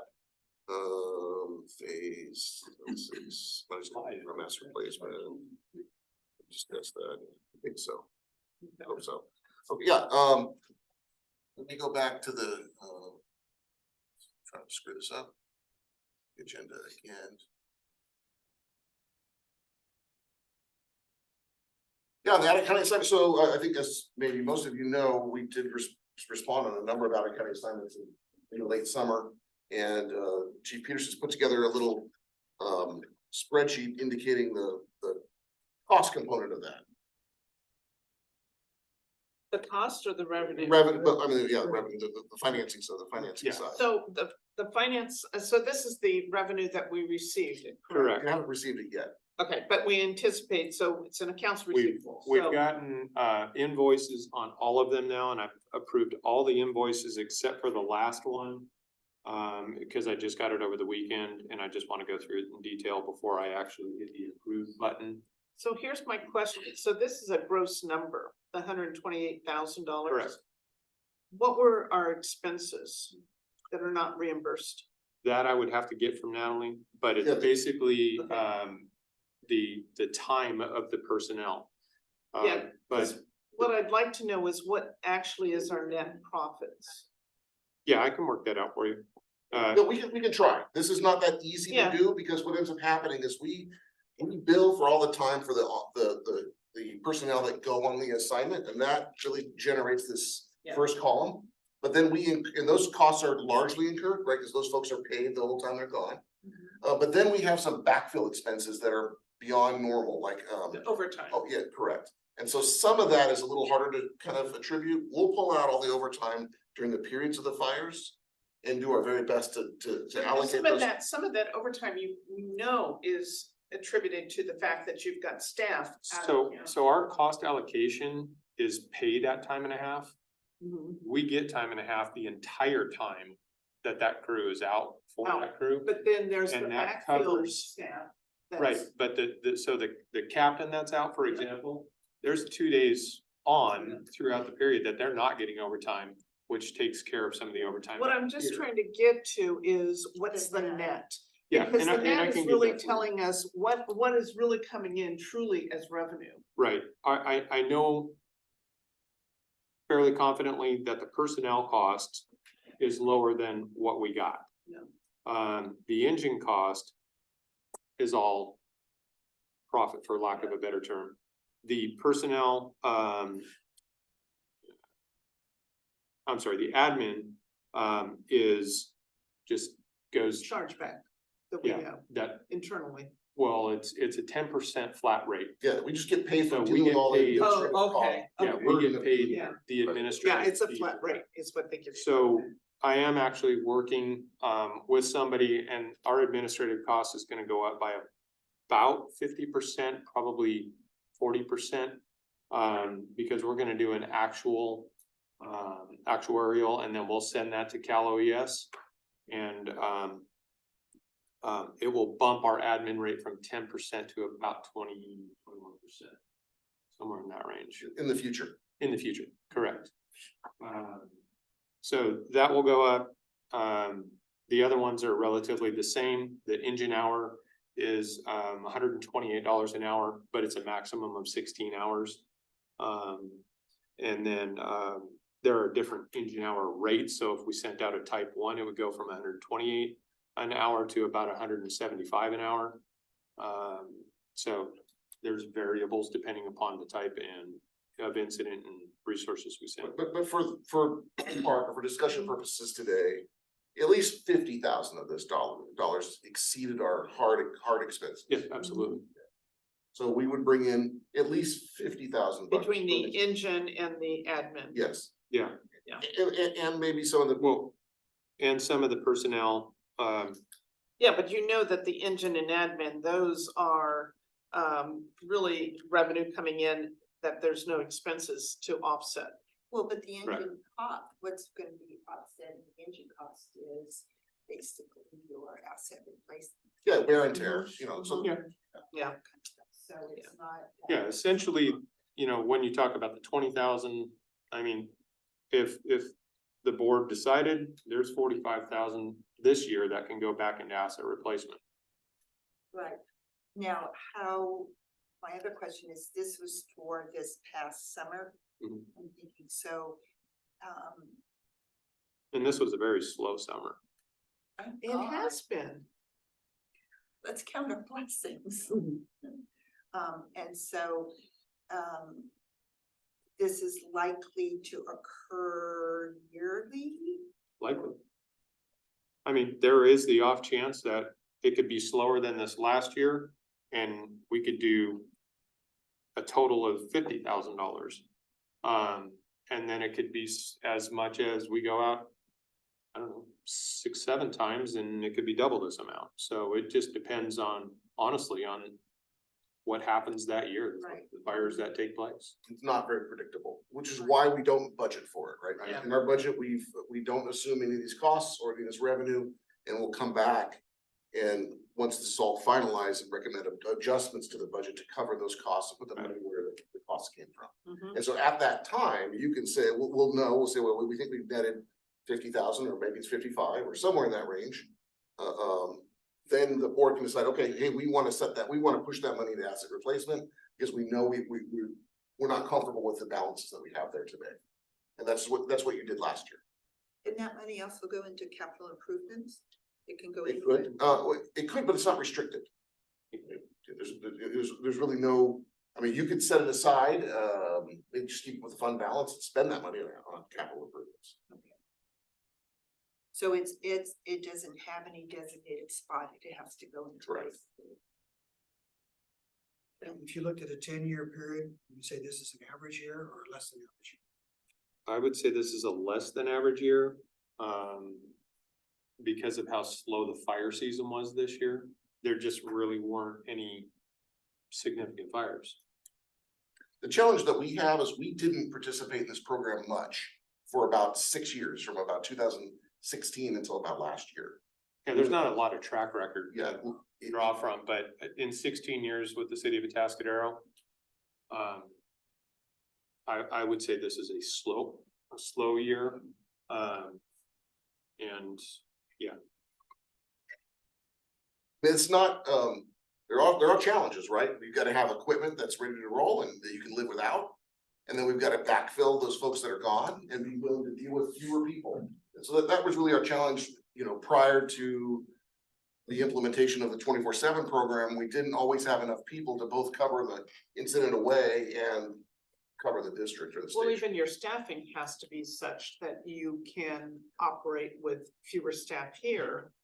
To be able to send them. we keep 3 here and send 3. No, but I'm saying is that if you're not fully staffed to True. begin with. Yeah. That will also have an impact on it. Yes. If you're short 4 positions. Oh, well, absolutely. Yeah. You can't necessarily say, oh, well, we're gonna send 4 or whatever out. 3 out or 4 out. Well, so we do a survey before we send an engine and we do it very quickly. And we find out who's available. Most fire personnel absolutely know during the fire season that they make themselves more available. And we try and take less vacations during the fire season. Rob took a couple this year during fire season. I had some pre-planned ones. Yeah. So essentially, the fire service personnel in general understand that there is an aspect of, hey, But I've in gotta order for be, you to be able to do that, what I'm saying is one more reason why you can't necessarily say, based on, my personnel, I can participate in this. So one is, if we've got a truck that's not working, it's in service, you couldn't send a truck out.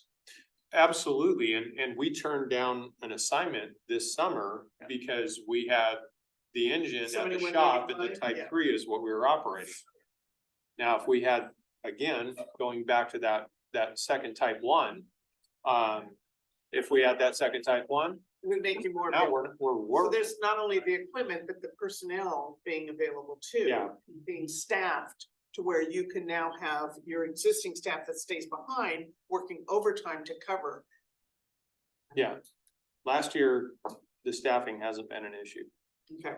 and last year But I and this think year. it has in the past. Well, yeah, 2 years Oh, ago, well, 2 years. but we were in an entirely different model. Yeah.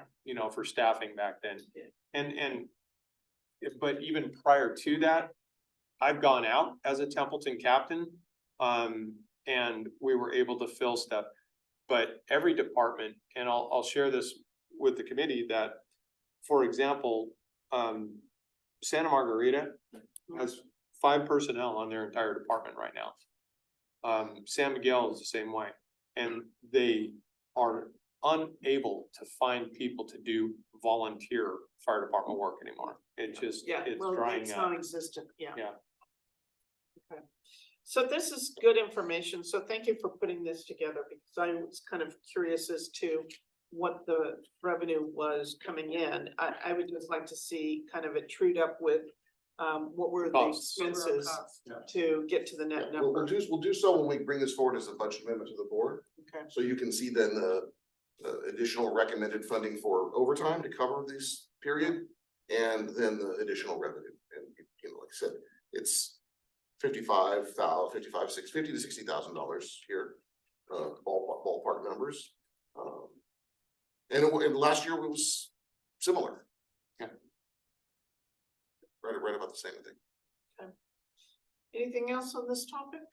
Yeah, and I just really quick, I believe last year we took a portion that went into asset replacement and a portion that went into the operational budget Of the net. of the net. Safer grant? Yeah, just a reminder that we're operating under a safer grant that allowed us to hire 2 additional full-time engineers. Those folks started in February. And that was a 3-year grant period, so those funds run out in February of 2026. If we were to maintain this staffing level beyond February 2026, the cost of those 2 full-time engineers at that time will be about $300,000 a year to the district. There is a little savings against our prior model, in terms of the hours that we had reservists working. Relative, they worked more hours. If you subtract that savings that we're seeing right now, that would have to go back into the fold. There's a net of about $260,000. So it's about, we will, if there's an effort to keep those positions, it's about $260,000 a year to keep in new money to keep them. That I'm far more concerned about than the $20,000. Well, yeah, but I'm just all adding them up here. Unfortunately, I can add really well on that part. So it's $260 a year if we're gonna keep them per year. About 2.5 years from now. And if we don't keep them, then what happens? We'd likely revert to our prior model where we went to 2 people overnight, 3 people during the day. Okay. And is there any reason we shouldn't do that? Well, there's a multitude of options. That's one of the options, but the other option is, the potential of canceling the reserve program, which is $200,000 a year, is roughly what it costs us. And God, this little bug. Then go 2-0 staffing and then try and get volunteers. I think the real issue is trying to get another safer grant, And that's our biggest. That's my number one, is to try and re-up the safer grant. What are what are the chances? I mean, don't they feel like, okay, we've given you this grant, now should give it to somebody else? I mean, We had it before years ago. We Yeah. had it. we And lost then it. we had it and it expired and then we lost it. And it seemed like it was 3 That- years before, or maybe 4 years before we finally got it again. Well, so that safer grant was completely different.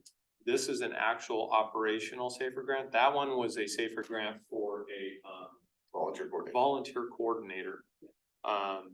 So depending upon the need, I would go after the same type of safer grant we have right now, which is operational need. To answer your question, what are the chances? I don't know. I mean, probably the same as, the potential of us getting it the first time, if we can show the absolute need. And the potential of keeping it 3 years after that, I think is very good. So when would you have to submit the request for? So this runs out in about 2.5 years. It'd probably be about 2 years before I have to. Okay, and that would be, so that it would be a continuance? It's a new Well, grant. So it's a new grant, but what I'm looking at Grant. as far as the employees who are currently like- filling those positions would be able to stay. It really becomes a budget issue. Yeah. In terms of when we're looking at the 2026 budget. Right. To say we've got 2 full-time employees or engineers, who we're gonna lose the funding. And, hopefully we would know that the grant has been approved so that we could put that into the budget. Correct. But the Yeah. question becomes, if that doesn't, It'll be a timing issue with regards to when the grant application period hits. And when that funding ends. and then I think assuming that the grant money does not come through, then I think we need to look at what other, What the options are. what the options are, Yes. for keeping those 2 engineers. Correct. Well, And hopefully in 2 years' time, there will be some you know, revenue stream that will There- allow for it. There's a multitude of things, within the county that are taking place right now that, you know, could bring additional revenue. Whether it would be enough, I have no idea. But the two people that were hired under the Safer Grant were told that it expires in 3 years. Yes, And so they understood that if we don't get it refunded, then do they step down or they're completely out of job or do they lose? no, they would Gonna go go into reserves. a reserve status. Into reserve status? Correct. Okay, so so in reality, then it would be up to the board at that time as to whether or not they wanted to fund, if we didn't get the grant, whether they wanted to fund out of your budget, the $300,000 per Correct. year to Right. keep the two. It would be addressed during the budget cycle. Right. Well, and plus if the budget, if the grant application is due to 6 months before it then runs Probably- out, we're actually gonna have to plan for it running out first and then Right. backwards. Yeah, and actually, it's probably like a year and a half. Like, so the grant that we got we were awarded the grant a year ago, August, accepted it in September, We waited. started until February. I mean, it takes like a year and it's more than a year from the time you apply to when you actually can start using the funds. That were, Well, Yeah. we pushed it off. We waited. Until February. I think the funds were available, as soon as we met the grant requirements after award. But we pushed it off, and I don't recall why. I think it was the process time of. yeah, it takes a while to, Of hiring, the personnel too. I think, yeah, we had like 180 days or something. Yes. Let me to- ask, To start. Are you always staffed, fully staffed? Yes. You're always fully staffed, no open positions? Okay, When you. No, ever since- let's say, when you say no positions, we could use more reservists, okay, so, cause. but we're not missing shifts because of Yeah, that. okay. No, we're not. So So these two would just, if worst case scenarios, there was no funds, worst case, they would just step into a reservist status. correct. But we would lose at least 2 of them.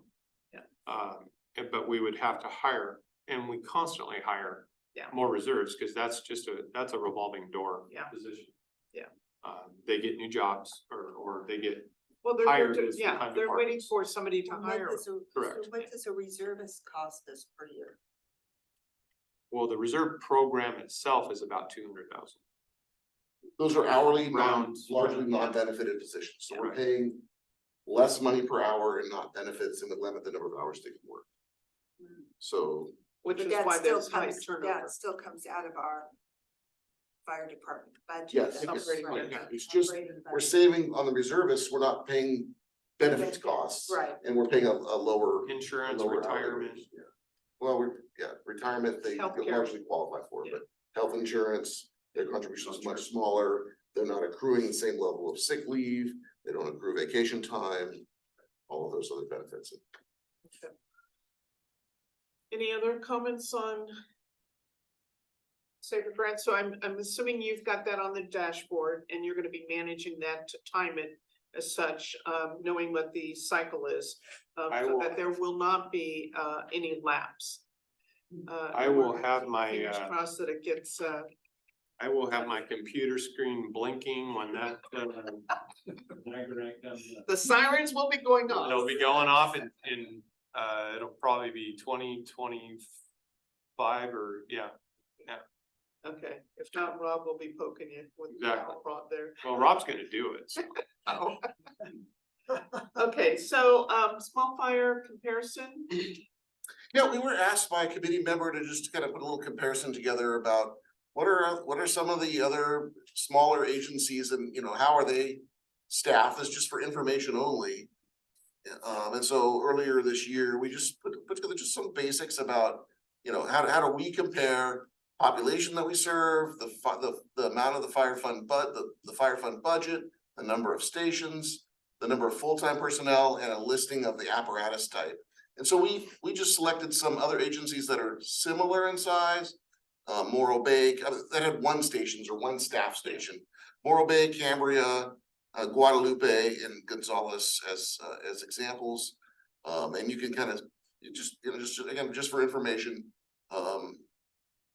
you can definitely see the folks here that are gonna be, if you compared us to Cambria, like, you can see that the budget size is about almost 50% more money being spent in Cambria. They have, and here's where it is, they have 10 full-time people, we have 7.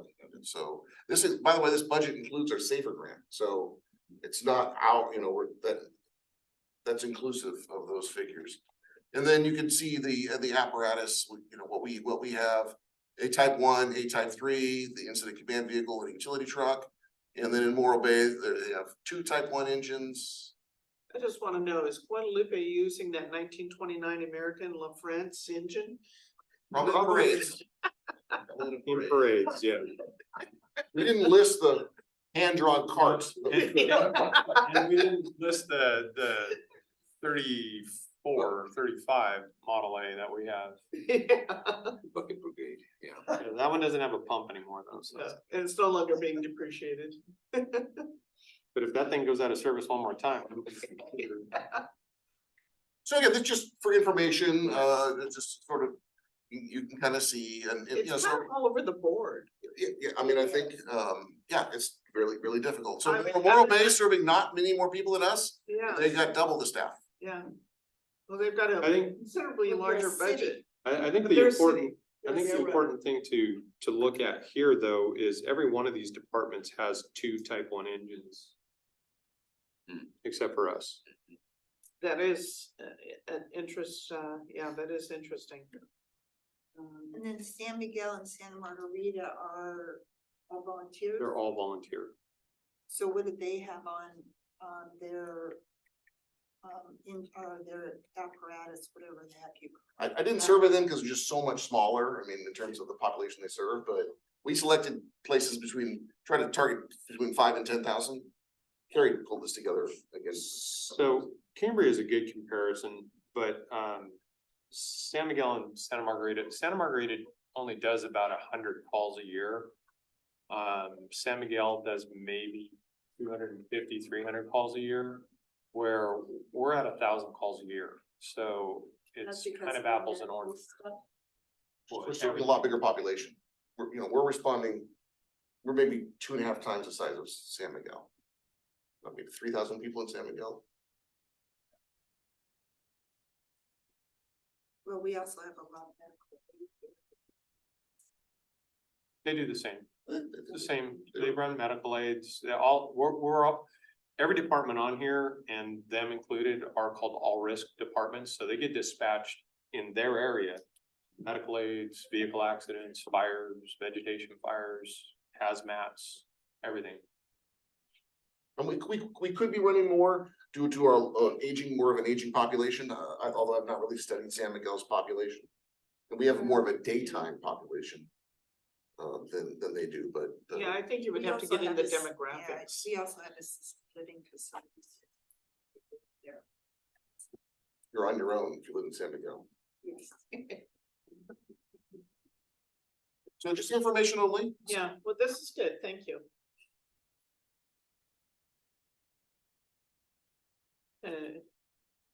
Apparatus status?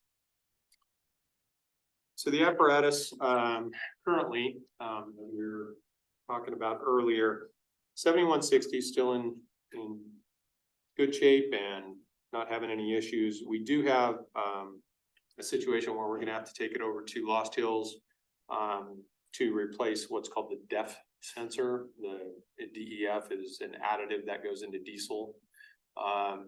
And there was a, flaw in their design in International or Navstar, the chassis, which created a failure in the sensor itself or the gauge. That's gonna go over to Lost Hills here pretty soon and they're gonna make that repair. But I've got to get 7195 fully functional. Currently, do you recall the La Cruz fire and the videos of the La Cruz fire? The large stream of water that was coming out the top, hitting the side of the building. That's a very vital and important piece of equipment on that engine. It puts out that puts out 1,000 gallons a minute. And if we wouldn't have had that piece of equipment, we would have lost that building. Hands down, not even a question. It's not functioning right now. The valve has been out of service. It broke down.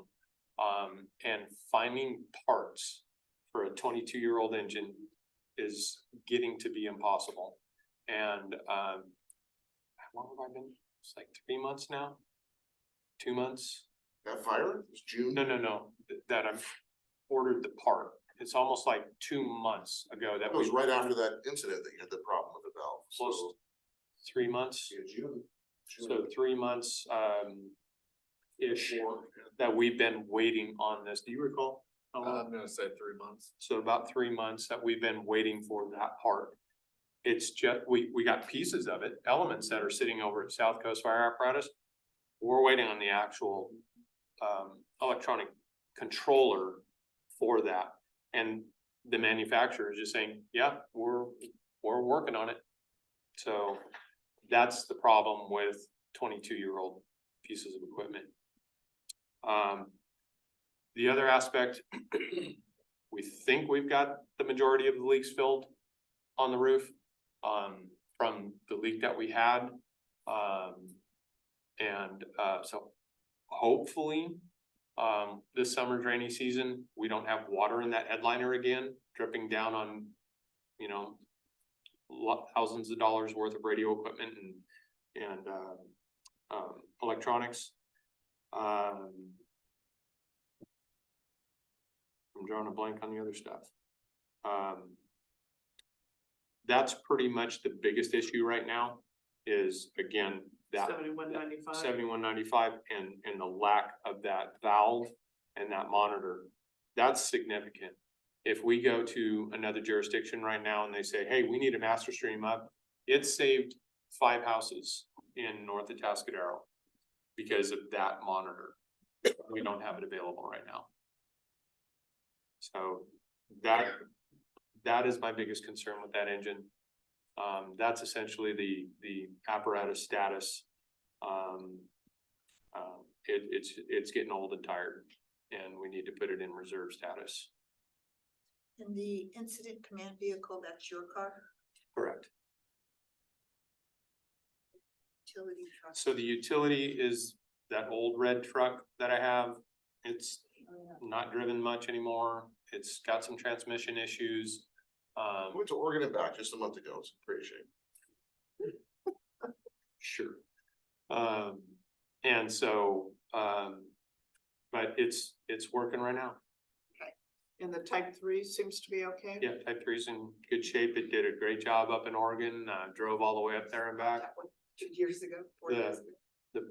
You know, the problem with that is it's got an undersized pump. So, not to, you know, degrade Chief White or anything for the order he made, but I would have ordered it with a 1,000-gallon pump. And it's probably not, Hindsight's Prudent. 2020. yeah, it's probably not prudent to, spend $100,000 to upgrade the pump on that thing. Anything else on apparatus? That is it. That's the, Any questions from anyone? Okay, then let's move on Can- to, Just a quick Yeah. question, it's almost 6 and I don't know how much time the committee members have. I think I listened to this SB 1205 compliance, it's not that interesting. You're free to skip over it if you'd like to move on to I don't mean that in a negative way, but I don't think it's as interesting as the other topic. it's a state mandated requirement really quick for inspections, and essentially the board's gonna get a staff report on it.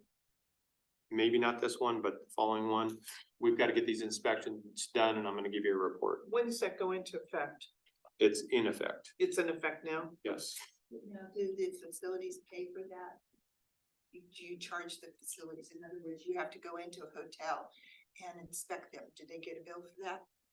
Currently, they do not, and that's one of the things that I would like to ask the board about. So who pays for it? So it comes out of We the do. general public. No, but I'm saying that's. Oh, the general. question Yeah. Is because if we're required to do this. Yes. Obviously, it's taking resources. So I don't know if the bill had. It anything- allows us to charge for It the, allows for us to charge. Yes. So, but we're not charging. currently we are not. But I think it's something that we need to consider. Correct. So will this be something that you'll be making a recommendation to the board? Yeah, we need to fold that into that report. Okay. Yeah, because I think that my feeling is that this is going to require resources. And so we should be charging something to cover our costs. Well, it's not only that, but it's, again, that's one of those things that's wear and tear on the engine. Mhm. As it's driving around, the engine company is out there doing these inspections. And, yeah, it's time and Why does the engine equipment and company have to do the inspections? How come it can't just be the truck? well, sometimes I do. But it just depends upon the availability. Oh, I see, okay.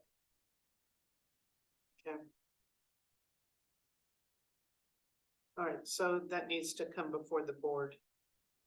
And is everybody in agreement that there should be some charge for that to at least recoup our expenses? I agree. Okay. I don't mind Okay. making a profit. So paramedic services. Do that. So we've got, I think somebody had asked about what's the difference between the paramedic advanced life support versus emergency medical technician, basic life support. So is that something you want to speak to? Yeah, I mean, I can go as in-depth or as quickly over this as you would like. It just depends on what you'd like to hear with the short time frame now. Essentially, we can do a lot more as paramedics and probably save a lot more lives as we can as EMTs. And there are just a lot more skills that you can do as a paramedic, particularly with it's called ALS versus BLS, basic life support versus advanced life support. And essentially, so an EMT we have what's called an advanced scope, and I'll just go through this really fast. Medications that an EMT could administer is oxygen, glucose, which is just sugar, aspirin, Narcan, which is a drug to, okay, you all know that, okay. And what we call epinephrine for anaphylactic reactions or some type of allergic reaction. That's it. We can't do anything else for cardiac, for breathing difficulties or anything of that nature. Where You Can can you give CPR? yeah, But you're not gonna be injecting anything. we can't give medications, so. Yeah, but you I'm can talking perform specifically about CPR. medication. Yes, we can do CPR, we can do what's called AEDs. So AEDs are automatic external defibrillators, and yes, that's basic life Yeah, support. yeah. Okay. So, And the theory but I'm is saying that for- you're then, that you don't transport either. So you would be in, let's take a cardiac arrest. If somebody's having a heart attack and you arrive before the ambulance, which is you a would good majority of provide the basic time. life support until the ambulance came Correct. and then would be transporting that patient. Correct. But so, and I don't have statistics, I can get them if you want those in the future. But we're seeing a good majority of the time now that we're waiting on the ambulance. Yeah. For extended periods at times. And for example, in the city of Atascadero, their advanced life support, they have paramedics. The paramedics can start ALS care and be there 10 minutes doing that ALS care before the ambulance arrives. 10 minutes. So let me It's ask you life and this, death. because we have the ambulance company that the county contracts with. And we've got this mutual agreement between Atascadero and Paso. Do we ever have their paramedics come into Templeton? I have had that 2 times in 3 years since I've been here because we haven't had an ambulance available. And why don't we And have ambulances available? They staff 3 full-time ambulances in the North County. Atascadero has one, we have one, and Paso has one. the call volume in the North County is such that, if Paso runs a call, their ambulance goes, and then then they break a second call, our ambulance goes. Now we're without. Yeah. So if we break a call, we'll get the ambulance from Atascadero. But if Atascadero has a call, which is not uncommon, for El Paso to have two and Atascadero to have one or two, or vice versa, and then we break a call, we're gonna get our next ambulance from San Luis or Cambria. So we're looking at a significant response time with that. So let me ask you this, does the county look at adjusting the staffing for the number of ambulances based upon the development that it's occurring? So the county has a contract, and they say, this is the amount of money that we're gonna give you for this amount of care. Just to really boil it down to brass tacks. And San Luis Ambulance says, okay, we're gonna put this many ambulances in service at this cost. And so what they'll do is they'll do day cars occasionally, or they'll add a daytime card up here which gives us a fourth. And then depending upon staffing and depending upon need, they'll downstaff that if they need to. And so that limits the amount of ambulances available. But quite honestly, it's all about the numbers. You know, if they can downstaff an ambulance, they're gonna downstaff an ambulance because they're a for-profit business. And if they're not making money on an ambulance sitting there, regardless of whether we get busy or So the not, county's not doing it based upon a need. absolutely not. They're just doing it, here's the dollars that we have to fund this. Well, like actually, The county's county not doesn't funding pay this. for it. It's a Yeah. private, They bill insurance companies. Oh, they bill insurance company. Yeah. County But just- it's still, the the county- county has the contract with. Well, them. think of it like a franchise agreement. Yeah. The county is given the exclusive rights you go. to San Luis Ambulance to provide this service in almost all the county, not all the county, because Cambria has their own ambulance service, Right. but, and so that's how it works. Yeah. They have the exclusive right. There's some money that's exchanged, but not the county paying. But the the ambulance county, company. but there's nothing that's saying, here's the demand, here's the need. no, Based upon growth and other No, that's- demographics, to say, here's what the staffing should be. So it seems a little backwards. no, and that's incumbent upon the county fire chiefs. And that's what we're doing now, is looking at some of those issues. So it's the local fire departments are what we consider the patient advocates. We look out for the patients, not to say that the ambulance company, especially the paramedics and the people on the grounds, the boots on the grounds, don't. They absolutely do. But they are a for-profit business, so their bottom line is if they're not making a profit, they're going out of business. Now, the question is, how much is a profit based to how many more ambulances are we gonna put on and reduce our profit? You know, for the betterment of the community. So those are some of the questions being asked right now. Currently, San Luis Ambulance has a 1-year contract extension. And then I believe it's gonna be going out to bid, after that. Santa Barbara County just took over their ambulance contract. And so the fire departments will be, taking over transport, and in turn allows Santa Barbara County to bill Medicare insurance and those types of things. Now that money is coming back to local fire departments as a result. So I have a question. Are we talking about hiring additional people to be paramedic advanced life support people? Or are we giving them additional training? Let me try to. We're not talking about Yeah, any. we were just trying to compare and contrast the two different types of, two different common levels of service. Basic life support, EMT, which we are and have been for many years, and advanced life support or paramedic level, which is also provided by the fire department. Does not replace the ambulance. It really has little to do with the ambulance. Yeah. It's providing that level of care until the patient's transported. So under the advanced life support, in order to provide that, we would have to employ at least one paramedic on shift at all times. So And let me, so is a paramedic, can a firefighter be a paramedic? Yes. yes, So it basically, you're not adding staffing, you're just adding, that advanced skill to provide better service to our community. So You would have to. God forbid you have an No, no. issue. It wouldn't necessarily be more people in total. It means the people we have, at least one person on duty would have to be a paramedic, have to be qualified. It's training and certification. It's training and certification, and it's a little bit more equipment, not significant. But it allows us to carry medications. and There how would be much, different how much regulations more with per that. hour do they get paid to? Because that means there's. Typically, they get it depends. Some departments don't pay their paramedics anymore. Some departments pay them 10% more.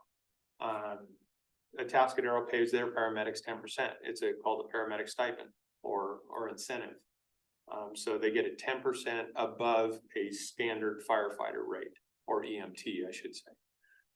So in your list of wants, Well, now, This- keep in this mind, this was thing just was- brought up because somebody asked for the information between the difference of the two.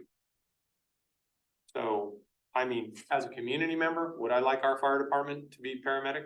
Absolutely. As I get older, yeah, I certainly would, because they can start that advanced skills and give me medications, a long list of medications to save my life before the ambulance gets there.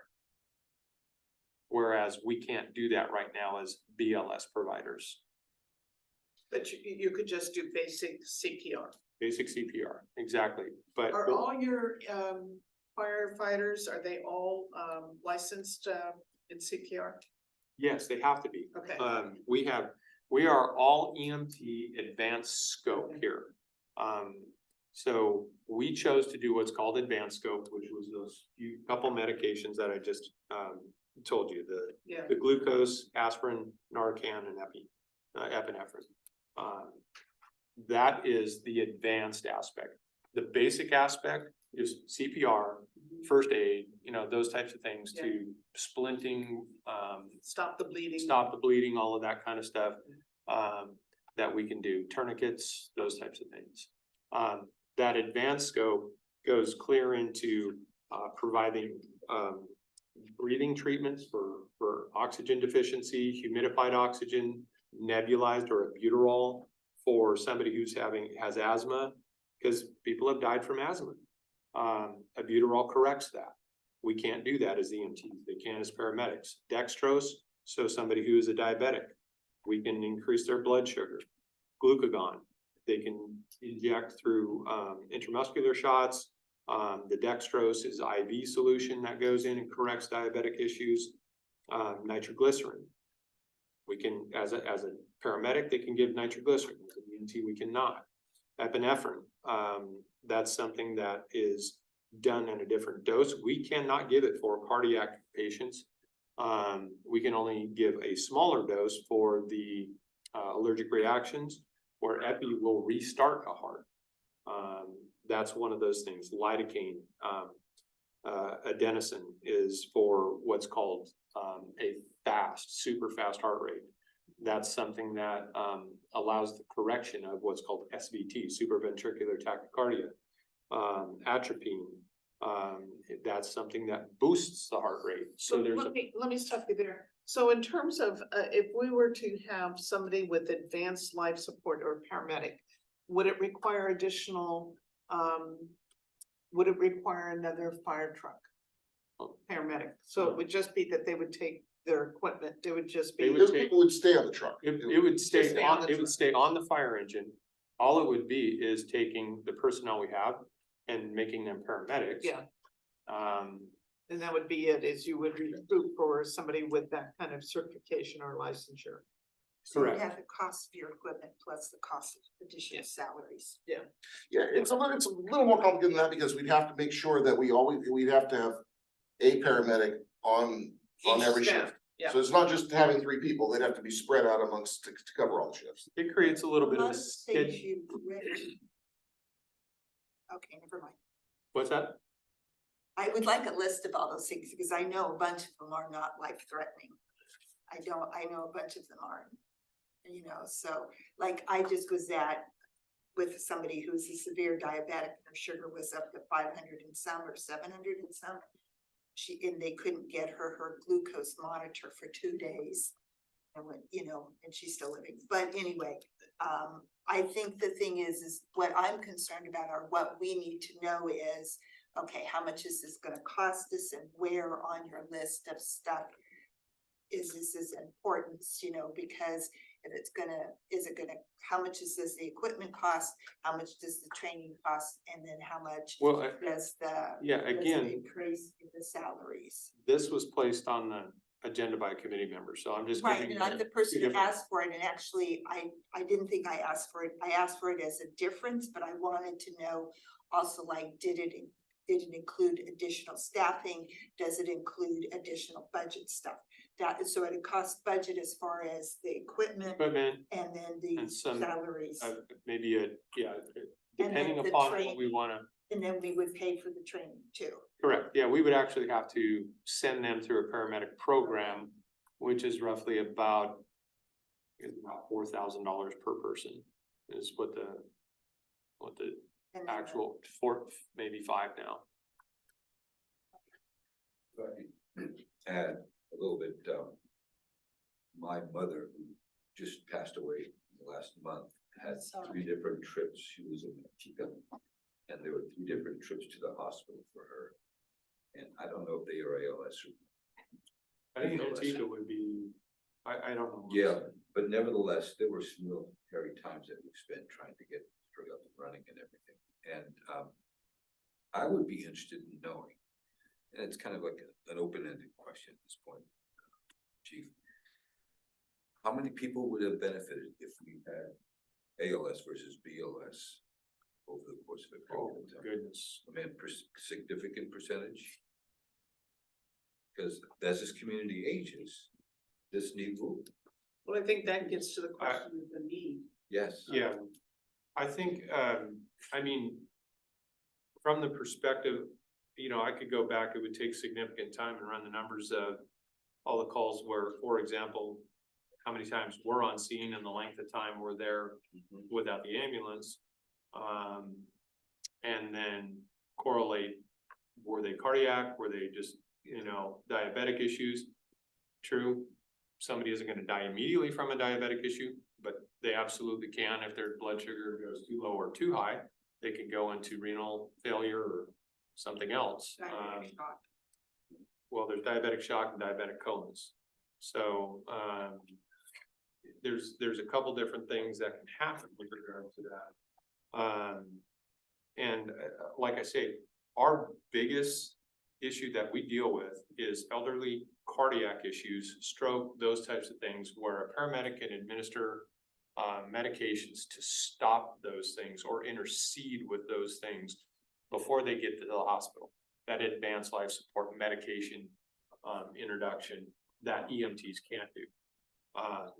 That's something that the community would have to say, yeah, we want paramedics, but any additional cost, we would have to go back to the community and say, okay, well, do you want to pay for that? Because it's gonna cost the department a little bit more, and then make that determination. So can you bill separately for that? In other words, if you go out and give advanced life support, can you then charge them for that? Not if there's a private ambulance. So what ends up happening is that the reimbursement from the ambulance to the advanced life support provider is increased. So right now, we're only getting like $9,000 a year from the ambulance.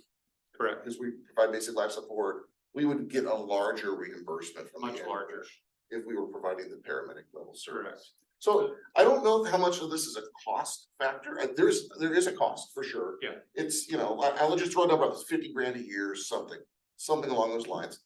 The real issue is, are we at a stable enough point to actually expand and offer that service and do so reliably? We're temporarily providing 3O staffing. 2 of those people are full-time. Just 6 months ago, one full-time person was. 2 of those people are safer. Yeah. Well, 3. 2 are full-time. 2 of the 3 on duty are full-time, 1 is a reservist. Oh, I'm sorry. Yes, yes. So on any given moment, we have 2 full-time people. A year ago or 6 months ago, we had 1 full-time person, at least on the overnight. Yeah. Yeah, shift. Most of the time, we had a full-time engineer, but just working some of the shifts. So picturing the SAFER grant running out, and if we don't have the ability to refund it, we end up altering our model. That would require us to have like all of our fire captains be paramedics, because that's the only people that we could count on being here every day. Even then, even 6 months ago, we had other persons working in those roles So for, periodically. so for example, if we decided to go down that, let's say we get the SAFER grant again, and there's a lot of hypotheticals here. And we keep all of our engineers and we wanna go paramedic, and in 3 years after that, we see that we can keep the engineers. I think it would be prudent to make the engineers and at least one of the captains paramedics. That way, the 3 engineers can fill in, and we have an additional paramedic as a captain that could fill in routinely or sick, vacation, or any of those other things. So that's just a spitball of what I would say would be a decent model. But essentially, that would give us but I would agree with the general manager. We're just building the foundation. We gotta get that foundation solid before we put up the walls, and I think ALS services are putting up the walls. Could we do that in a few years? Probably, depending upon. It's kind of a follow-up to his question. In your 3 years, are you aware of anybody who had to have a paramedic who didn't survive, but because we didn't have a paramedic, they didn't survive? But I mean, personally, going back to the calls I've been on, there have been a couple, yes, that have been cardiac, that if we would have had advanced life support capabilities, we would have probably made a difference. Can I say that for 100%? No, because, the Likelihood is there. absolutely. But it makes sense what you're saying. Let's just keep that in our back pocket for now. Find out what SAFER grants look like over time. It may allow us to do something good. Yeah, I guess if it were a high priority, I would suggest then that really the gap isn't this $50,000 that I threw out there. Don't hold me to that number, but ballpark, it should be. Be about It's really knowing that we can always have sufficient staffing so that we can really fill all these roles and not be in a spot where we're, It's an expansion of services. yeah. To what we currently have It's today. first-class service. Yeah, it's an expansion of the services, and I think that, I mean, personally, I would like to have that advanced life support. It's kind of like a community menu option and say, Well- is this what you would like? Yeah, And if you would like that, okay, you're gonna have to pay. but there's a cost to it, and so I think that, I think it's something we should kind of keep out there. But I don't know that we're ready to really kind of move in that direction, because I think yet. there's a lot more that needs to be done to look at, because if you're now gonna be maintaining drugs, That's I mean, the- but there's that's the drugs, easy there's part. other costs that go along with Yeah. that, because those expire and have to be replaced, they've gotta be monitored. Yep. So there's a There- lot that has to there's- go into this. Yeah, there's systems in place now. That's easy. It's. But kinda it's a different operations for some of the things that you have to do to be able to say you're providing this advanced life support. Yeah, again, I think the medication's the easy part. I think, as the general manager said, the larger part is the staffing. Yeah, And- it's a number of things. It's all of the elements that go with it, because it's an expansion Of of services. services that you Absolutely. currently don't offer today. At least you're offering basic life support. Somebody can do chest compressions. Worst case, cause I would assume most of them are cardiac in nature. Cardiac, stroke, chest compressions don't help with stroke, but No. there are medications that they can give. Yeah. To stop the process of that, blood thinners, those types of things. And so that advanced life support, and again, as I told the general manager, I could go into significant detail Yeah. on the benefits and the cons and all of that kind of stuff.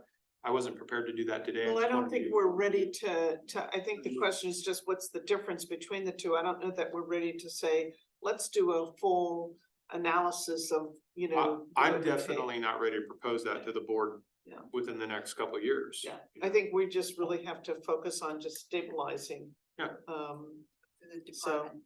We have some other priorities first. yeah. But I would recommend to the board that they keep it on their radar because it's a situation where In as the we do future- have an aging community. Oh, trust me, I I'm get thinking you- about I get- myself with my No, age. 15 years.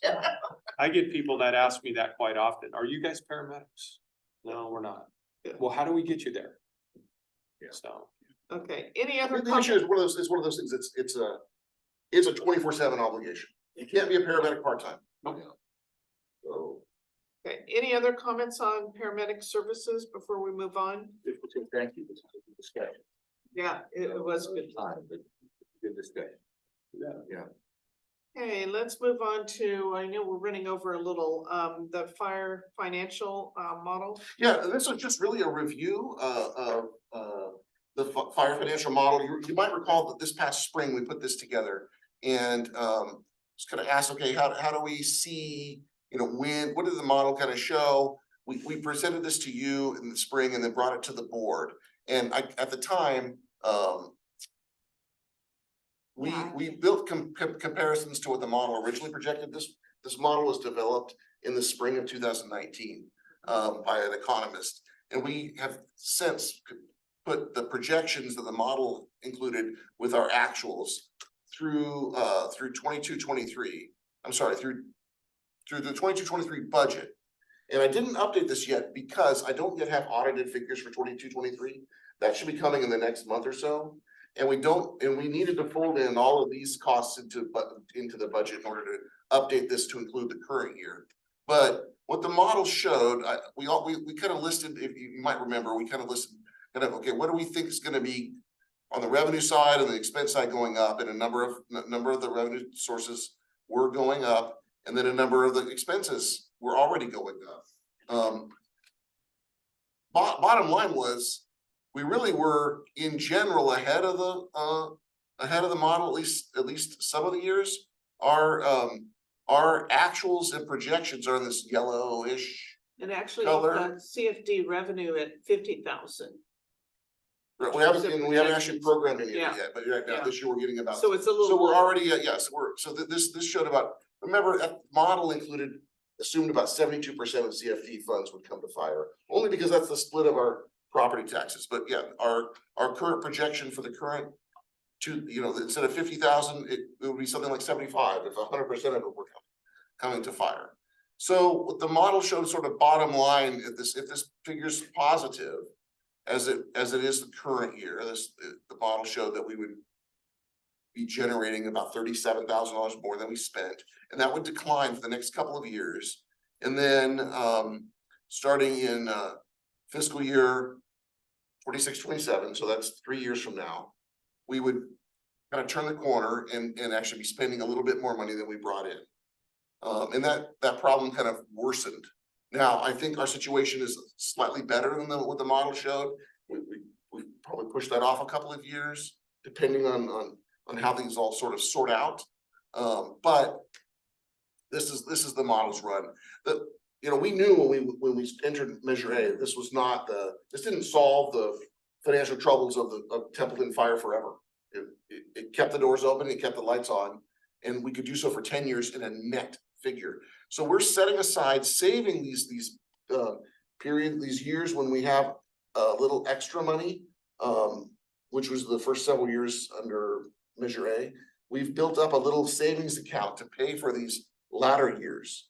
And let me just refresh my memory so I can tell you how much we've set aside thus far.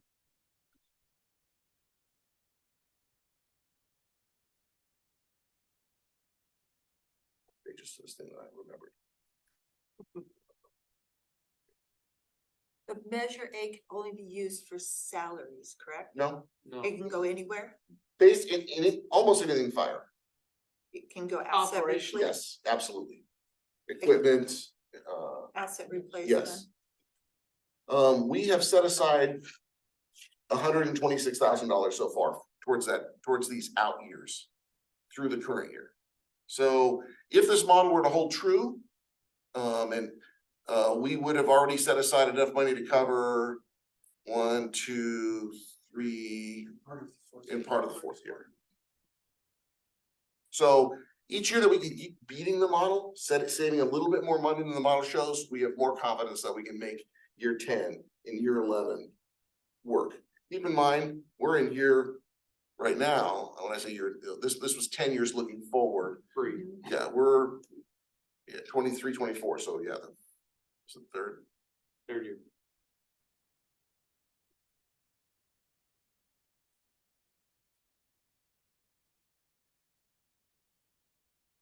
That savings of 120 some you have now doesn't include the savings that you're projecting for the next couple of years. No, when I said 126,000, that's cash in hand. It's actually gonna get a little bigger. It should get bigger. It should continue to grow before we have to start spending it down. But then our costs are gonna go up and they're gonna continue to go up too. So, Yeah, I It would mean, be interesting to see this updated based upon, this last budget. yeah, year. I would plan on updating this after the audit's complete and once our mid-year budget adjustments, What's the audit? December? I'm hoping December. Okay. And then once we process the mid-year budget adjustments, we've got accurate budget figures for the current year, because again, we know we're already off by like 130 grand just for this out of county stuff. So for a future agenda item, I'd like us to take a look at this using the 2022-23 budget numbers. actuals. The actuals, yeah. To really see where we're at.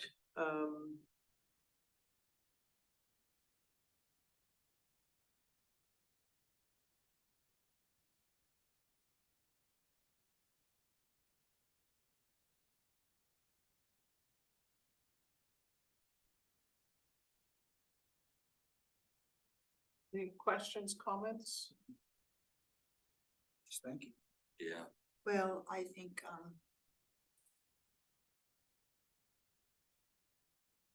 the other thing was that showed up is the $140,000 in admin fees to the fire department.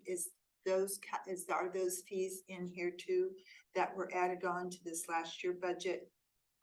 They're in here under admin at the bottom. Yeah, only that I noted it right here. I mean, that's going up significantly. So once we program in this column for the current year, Mhm. you'll be able to see that more clearly.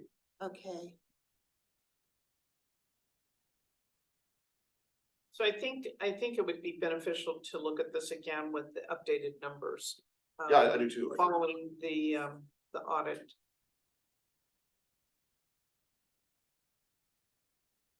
Okay, any other comments on this item? Okay, future agenda items? I'm trying to think if we need to have another fire department meeting here. Well, December is when we'll have the audit report, so then this could be updated. Well, I think, So, and we don't know when we don't know when the grant's coming through, because it'd be important to have a meeting right after we know whether or not we're getting that Yeah. grant. I would agree. And then the out of county reimbursements will figure into this, and then this would get updated and brought to the board, right? Yes, So what? after the budget amendments are approved. Right. So what I have here in my notes is that we're getting $80,000 a year from the CFD to offset the deficit for the asset replacement fund. We have a $20,000 deficit on the fire station that we don't know where that's coming from. But we have about a $40,000 to $60,000 positive revenue coming in from out of county fire services. The SAFER grant, well, that won't be up to our board, but it's either gonna be a knockdown to employees or a $300,000 I think it's deficit. gonna be up to, Chief Peterson to monitor the timing of that. Right, but if we don't get it or we do Then I get it, think it's goes to into a the future. budget It goes, cycle. it goes. We won't know that for at least 2 years. Right, so that's for a future board type of Correct. thing. Yeah. So, paramedics, ALS or BLS, we're not gonna worry about that now. Well, And SB 1205, we should look at. Oh, SB 1205, we were. That'll be gonna- coming to the board. that's coming to the board. Oh, it's coming to the board? Okay. Can you charge for gas mileage? No? On gas mileage? Yeah, You know, we can factor in all the costs They're gonna, associated with yeah, it. they're gonna That's come. Oh, I'm sorry, on the, yes, SB 1205. we would actually put in what's called our current engine rate. Okay, So cost of the engine, wear and tear, fuel and personnel. okay, so basically you would get reimbursed for everything then, Yes. technically. Well, we would have to work with the general manager and finance to come up with a number Right, that says, okay, this is the fully allocated amount for an engine company and a 1 hour cost. mhm. But that's gonna go before the board. Yes. And then. Okay, if it's coming before the board, then I could save my questions for the board. And then right now, with the monies that we have in the Measure A, we aren't running out of money until the year 2930. Basically, because 2930. If we factor the money that we've already set aside. Mhm. Okay, But I think what goes before the board also, we talked about was the CFD funds. The $80,000 being allocated to the fire department and looking at the ordering of the type 1 engine. Yes. Yes, once we can outline and understand the path to follow. But I think for this committee, I think one of the items that I think we still need to talk about is the fire financial model and update numbers. mhm. So I don't know if there's anything else that, at this point in time, that, anyone would like to add to that future agenda. I think the fire station expansion, I think is still, I think pertinent to this committee as well. Yeah, we just have, I mean. Yeah. Make a recommendation to the board or wait and see what the grant monies come in. And see, you know, I also have a concern. We don't know how many water meters we'll be releasing in February. And that sounds like it's not related to the fire department, but it is because it's related to development. And so, which then brings in additional monies. So, you know, it'd be good to look at what we're releasing this coming year too. In February. You know, because. Yeah. And part of the financial model, you think? Mhm. Yeah, we have that model that we review in February, each February. Okay, anything else? Well, the other thing is, you know, what else will affect fire? Not now, and parks not now, but we are gonna run a deficit in drainage and lighting. When do we start running deficits in that, and where is that money coming from out of the budget? I too? think that's gonna be a different discussion outside of this committee. But I think that Well- they're legitimate, issues, Well, it's just that it's gonna come out of probably property taxes, which affects fire. but I think that goes before the board when we talk about budgets. Okay? Yeah. Maybe. I'm thinking. I know you were, those wheels are turning. Anything else before we adjourn? Just a big thank you to you guys as a community member. Knowing the attention to detail, and keeping us above water in terms of just finances and the quality of the services. I think I speak for all of us to say thank you. Well, thank you for your participation, thank both you of for you, participation. because I think your input is very valuable, so. I know it was a challenge again to schedule this meeting, but I think that it's good to engage the public, and to be part of the discussion. Hopefully this has been meaningful for both of you. Very much so. Certainly. All right, with that, we'll adjourn the meeting at 6:38.